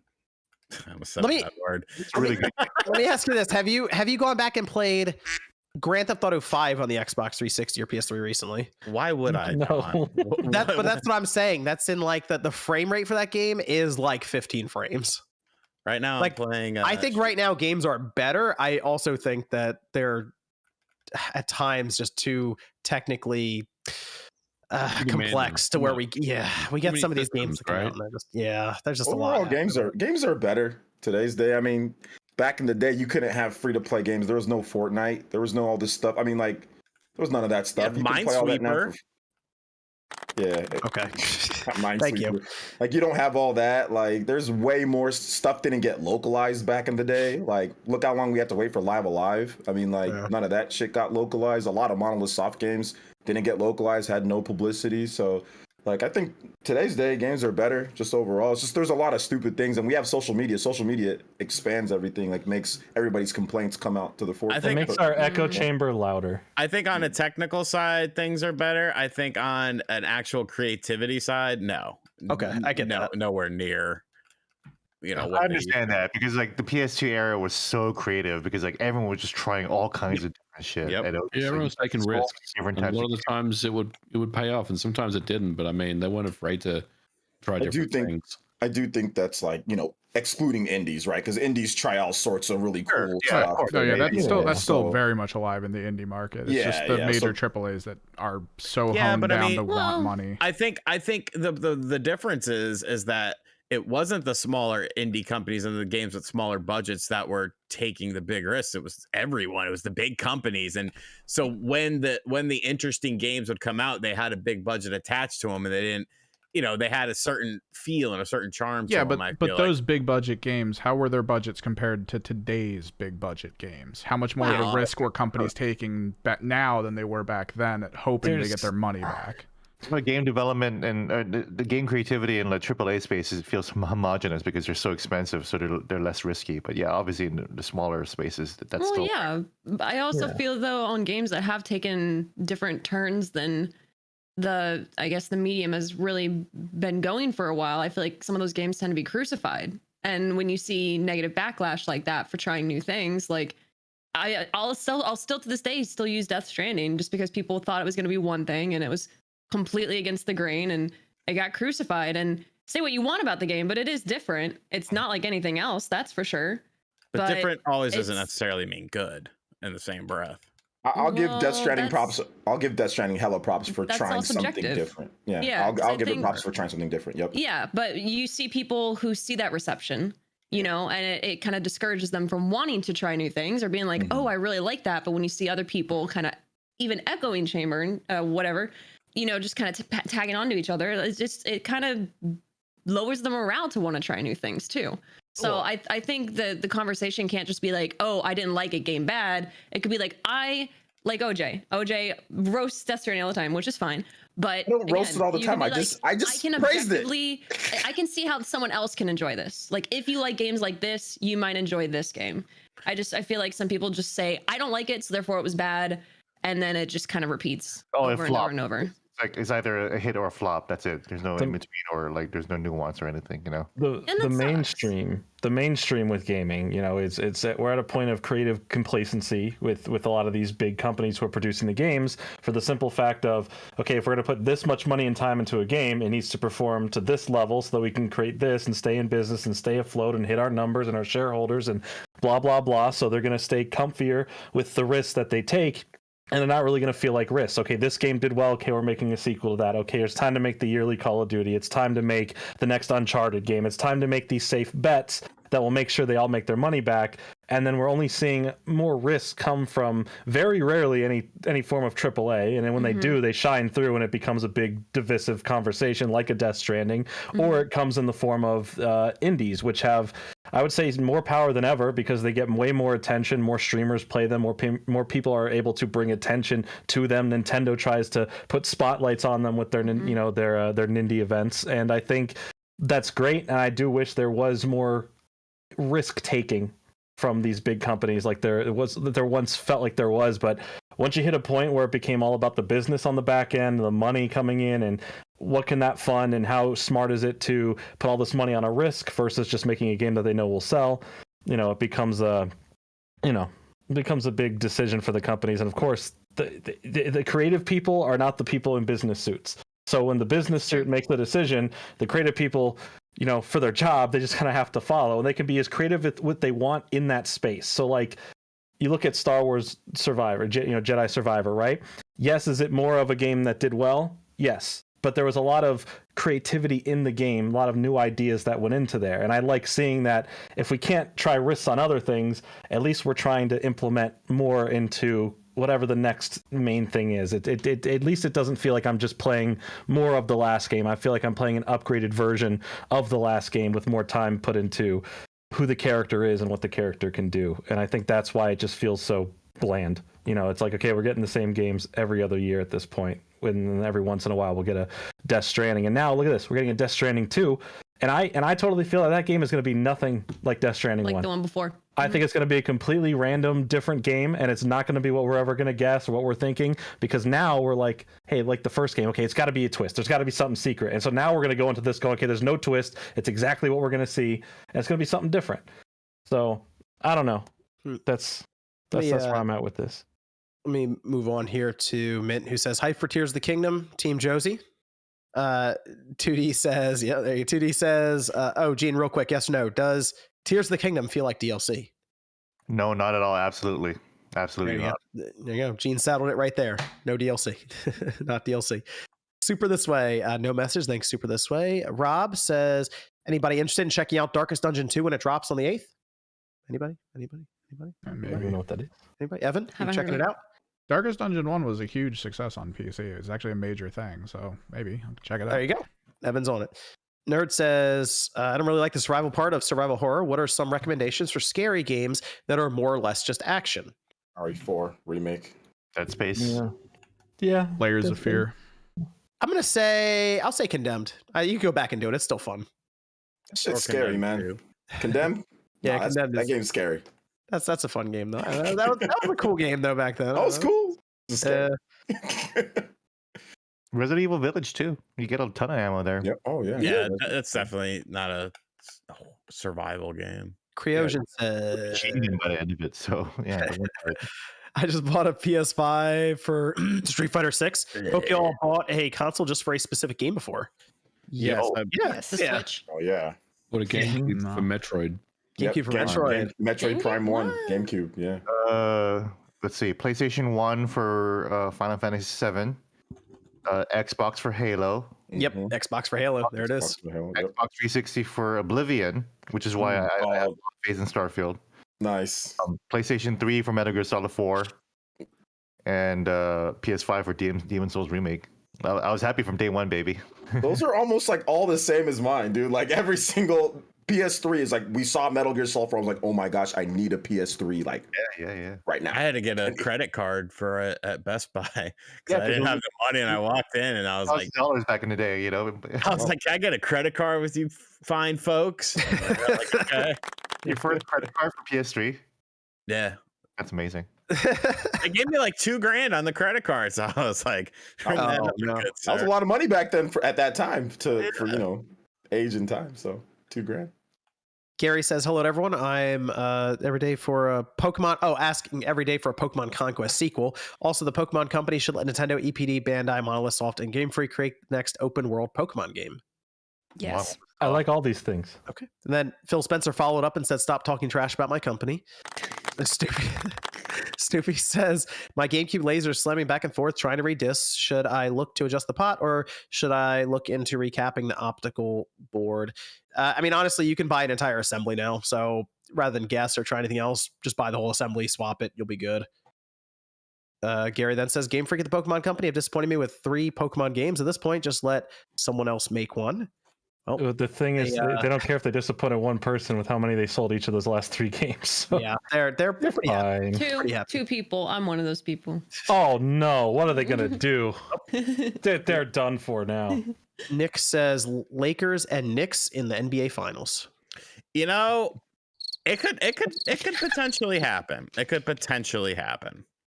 I don't know. 76ers and with casual over here who doesn't follow NBA, because Embiid, if he did, he would know that Embiid seems to be out for quite a while, and I don't think he said he's gonna. I read a report he's gonna be ready to go, but He'll probably play game 2. I don't think he's playing game 1. I thought. I mean, I don't know. You You called me a casual. Like, how's Kemba Walker doing? How's that All-Star doing?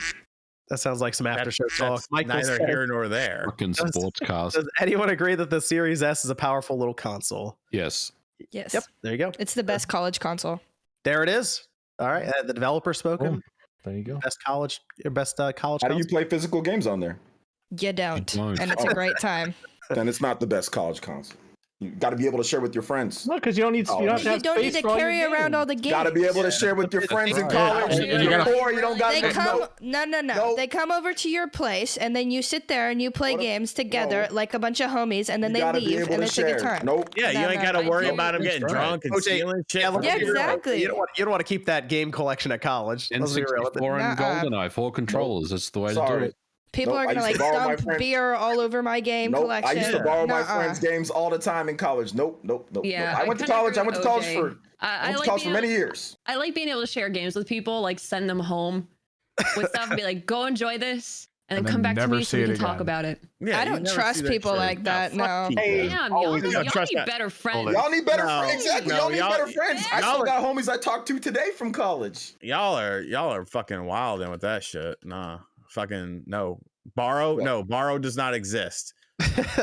They just snatched that stuff. I barely got Breath of the Wild back. That was a fight. Damn. Georgie Yeah, says that's your Microsoft friend. will wait until GOP takeover 2024 FTC/Congress. Donnie says, Gene, is the map from Breath of the Wild the same in Tears of the Kingdom?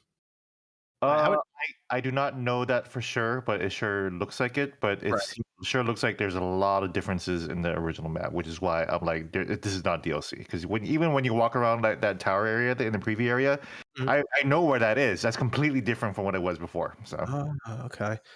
10th Gen says, RGT on the ROM drive you got from the amazing Zune Amazon is the PS2 Bloody Roar games on it and Ocarina with the green tunic. PS2 Bloody Roar. Here, I could check real quick. Normal People says we need to stop supporting incomplete releases, call out PS reviewers who intentionally mislead their audience. A lot of the reviews did mention that there are technical problems, but some of the scores didn't really I still reflect. gave it 100. Yeah, that's kind of an issue. I almost wonder if they're worried their review won't age well if it gets fixed, but to me, it reflects the product at this time. I mean, Bloody Roar is not. Okay, there we go. I think you kind can of at add this it. point, especially for me, like, I'd rather watch somebody play a game I'm interested in and like actually wait. Like, nothing necessarily is a day one for me, except for very few things that have kind of proven their trustworthiness. So I always just tell people now, like, if you're really struggling, like, to find an outlet or a person that you trust the reviews on, like, just wait to see something for yourself. Like, just go browse like live streams on YouTube or Twitch or something, and We'll send see- MVG. Yeah, there you go. Or yeah, just people you trust, you know. But it's like you can't just really go off of reviews now. It's backwards. We're going to overtime here, so I'm going to go through these super chats a bit quicker here because Sean does have his after show coming up. So let me start though going around here as we finish up. We'll talk about Armor Core 6 next week though. We just kind of ran out of time with some of the conversations in the super chats.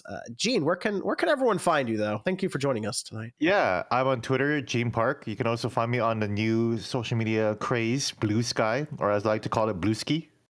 Okay.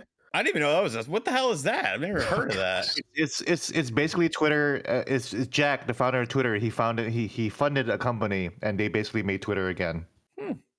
Okay, interesting. It's not full of assholes. It doesn't like float like the shittiest take you've ever seen, like right to the top of your feed. It's like, hey, you gotta see fucking this right here. You know? Oh, Are you- okay. Like blue check marks everywhere and every single. like floating at the top of like every single reply now is fucking. Oh my god, it's a great. Huh. Oh, look into that. Interesting. Okay. Okay. Good stuff. Yeah. Also, check out Sheen. We have him linked down below for his Washington Post profile and everything. Oh, yeah. If you want to, especially if you want to read more about Tears of the Kingdom and his time with it, definitely check it out. Thanks This for is. having me, Thank you for choosing us over the White House dinner. guys. I forgot it was already happening already. So okay. Roy Wood was the guest speaker though, so that would have been nice to see. Oh. I actually ran into a bunch of the Daily Show writing staff last night at the party. Oh wow. That's Okay. cool. They all Oh. come with Roy Wood. It's interesting.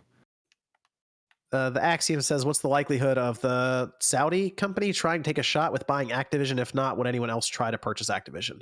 I don't know. That's the other thing people have brought up. Who else tries to buy Activision? I don't know. Spawn waves. Yeah, there we go. Everyone throw the money in the middle. We'll go take $50. care of it. I got at Yeah. least $5 for you. From those sponsors. Aloy says, "What's worst game this year?" The worst game this year? Game this year. I haven't really played anything that I was like, wow, this is horrible. Bayonetta Origins. It just I looks like bad. Yes, round Wow. of applause on You that. guys the just threw worst that game under the this year. bus, man. Fuck that It's game. a good game. It's a good game. guys. Oh, Immediately under the bus. I would say right now, $60. Last of Us Part 1 port for PC, but Jedi Survivor's right there with it, so that's tough. We haven't really had any game that comes out. We haven't had like a Saints Row yet. What about Forspoken? What'd you guys think about that one? First, I played Yeah. first. That game's bad. It's like There legitimately you not go. good. That's your answer. Yeah, that might bad. be it then, just for the There you game go. itself. Yeah. Forspoken's not. It's. I mean, it's got some cool things about it, but some of the structure of the game is terrible, and the open world's completely boring. Structure is bad. Yeah. Yeah, the structure's bad, and the open world's boring, but the combat is. There's some fun to be had. Yeah. Dream says, "I was able to get all Xenosaga games. I've never played them and always wanted to. What is everyone's opinion on them? I believe they are classics and more people should play them, but they're expensive." Very Xenosaga's great. Emulate them. Xenosaga Collection, or yeah, Sean says emulate them. Don't buy them off eBay then. If that's the case, because they're hyper They're, inflated. they're stupid. They're stupid expensive now, and Yeah. Bandai Namco's like, nope, we're not remastering them. Yeah, they should remaster it, but Emulation. there you go. Worthy says, "I haven't been into fighting games, but Tekken 8 is blowing my mind from the character reveals I've been seeing. Looks wild." MVG, where can everyone find you? You can find me at Twitter at Modern Vintage G and YouTube Modern Vintage Game. I have a video coming out on Monday, and I believe Nate and I will have an episode out next week. So check out that. Better not be any fucking emulation shit. I don't want you stepping into my territory. Never mind what it's about. Slurpee says, "Sean, what do you think of Tony Hawk 1 and 2 remastered? I loved it. Too bad Activision is run by idiots to know 3 and 4 remastered. Also, meat of the week." I also love them, and I ate a lot of chicken at the after funeral luncheon yesterday because they had 2 types of chicken, and I had both because I was hungry as fuck. Okay, good stuff. Good stuff. Slurpees that says, they asked that question twice. Okay. Well, It sounds It was chicken parmesan Oh. and chicken marsala, so I had both of them. Delicious. Martin says, "Any news on the new boxing game Undisputed?" It's still in beta testing, I believe. A lot of people seem to be hyped about it, though. With how popular boxing is again, like, where's a fight Yeah. night? Yeah, you would think, but I don't know. Yeah, we buy a fucking fight night, man. God damn it. EA is not paying for licenses. I can tell you that right now. They do not want to pay for those boxing licenses. True. But don't they do it for UFC? No, the UFC games. When was the last time we even got a good UFC game? Would they pay for the content creators instead and just do a content creator focused boxing game? Like they stopped paying for UFC. They were like, nah, we're good. Creator class video game would be ridiculous. As like dumb as it sounds, like I feel like that game would probably sell That would really actually sell. well. If you had like Jake Paul and Logan Paul and like KSI and all, yeah, that would sell more than Fight Night in today's day. Yeah. man. Humdrums Humdrum Oh, says, we have Spawn Wave in there too.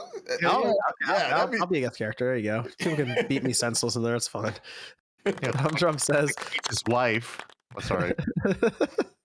Humdrum says, John, you're bad at Rainbow Six Siege, MW2, stick to Halo and Destiny. Yikes. Damn.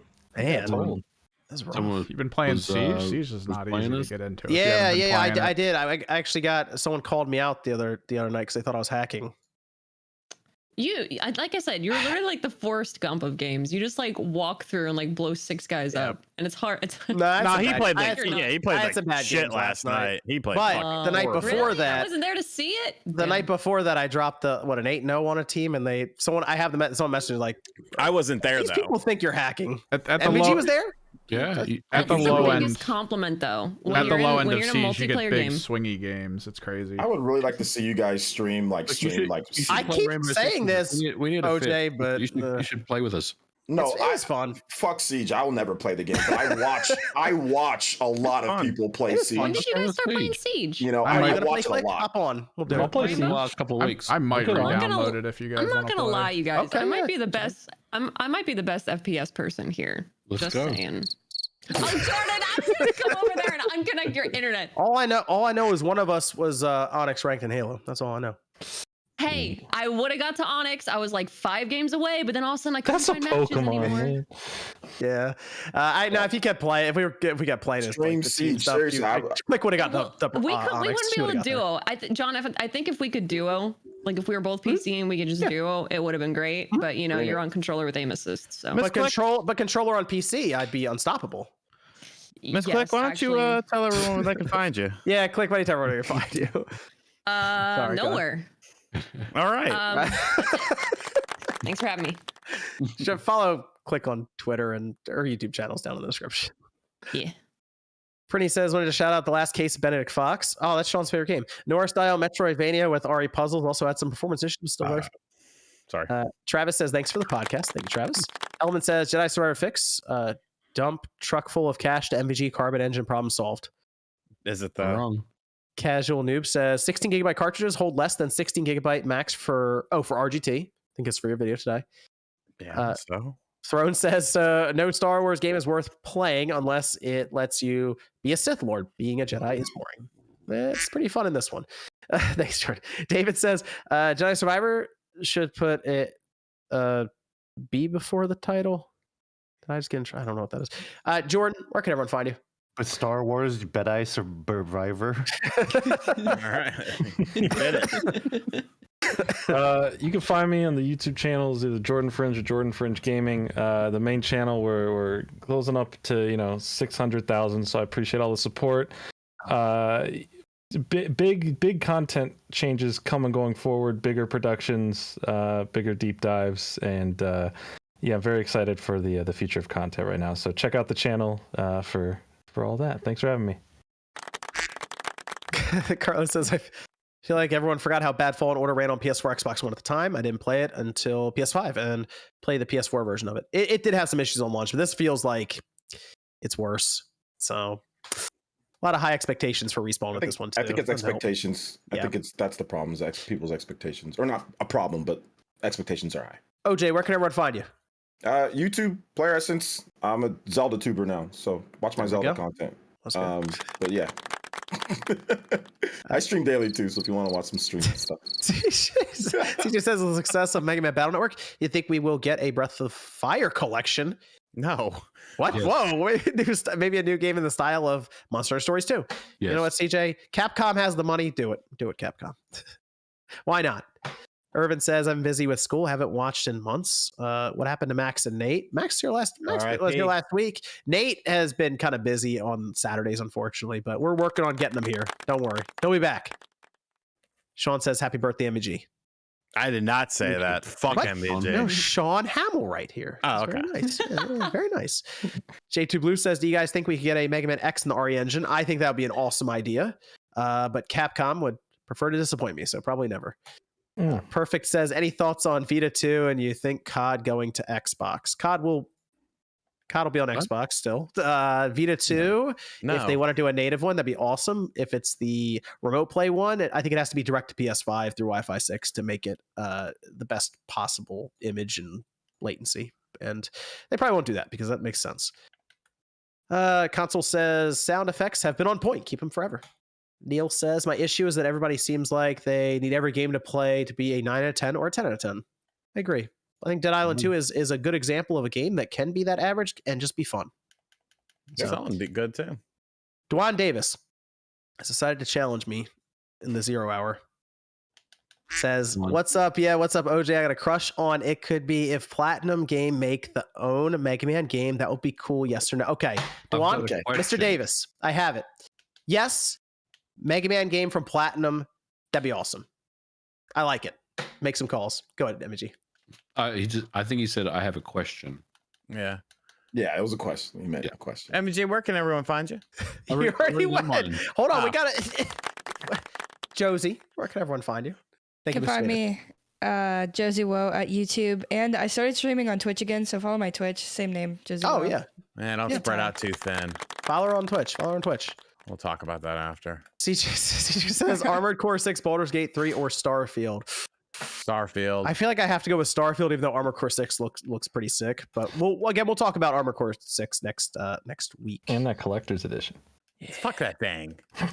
Psychopie says, don't listen to OJ. Man got his game stolen in college. Of course you did. No, they broke into my apartment. Oh, here we go. Like I literally. Who do you think broke in, OJ? Some randoms? It wasn't Motherfuckers knew exactly where the games cased it were and and everything. everything. Yeah, It was like Their Payday shit 2. stolen too. We all got our shit stolen. yeah. It was some motherfuckers. You fucking. Oh yeah, come over. You could have play just some got a video new system, games. logged It into the was account not. on that, and just re-downloaded them all. You're scoping out your room. That's what it was. Ooh, Evan, say that again. Yeah, I mean, you could have just got no system, logged into your account, and just re-downloaded your entire collection. I mean, would have been a lot interesting. easier, I guess, that way. Oh well, right? Is anybody getting the LG C3? I do not need a new TV, so I probably won't. But Joseph says, just giving kudos to the funny sound effects. Only just now jumped on. Hype to catch the show later. The sound effects have been good. I don't even know. I haven't really had a chance to look to see who's doing it, but It's It's Jordan. mostly- Like the. shout out to the sound effect people. You guys have done well tonight. Let me Yes, add done well. sounds though. Give me Yeah, that. we need more sounds. This I only limited to like the Yeah. same clapping sound and the All right. quack. Everyone's All right. But Evan's only gonna add things that Sean says. No, I'm adding poggers next from Nate. That'll be He'll good. add like a. He'll add like a. Add he'll kinky fuckery. I was okay. gonna say, I- he's ooh. gonna that one as well. I'll do that. Evan, where can everyone find you? Evan, you're up next. Where can everyone Find find me you? on Twitter, Twitch, YouTube at Kimmerix Project. We're doing tabletop stuff still over there, and this week I'm going to try to go over all the stuff they've announced for 10th, which is releasing in summer, and my thoughts and all that. Very quickly, Liam says, do you think the Hyrule Compendium will return in Tears of the Kingdom? That was my favorite part of the Breath of the Wild, and with how much enemy and weapon diversity it looks like we'll have in this game, it would be a shame if it didn't return. Hope it's not forced weapon diversity. Thank you. Thank you, Sean.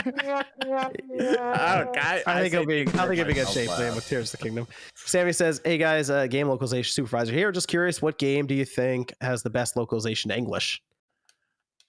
I don't Oh. know enough.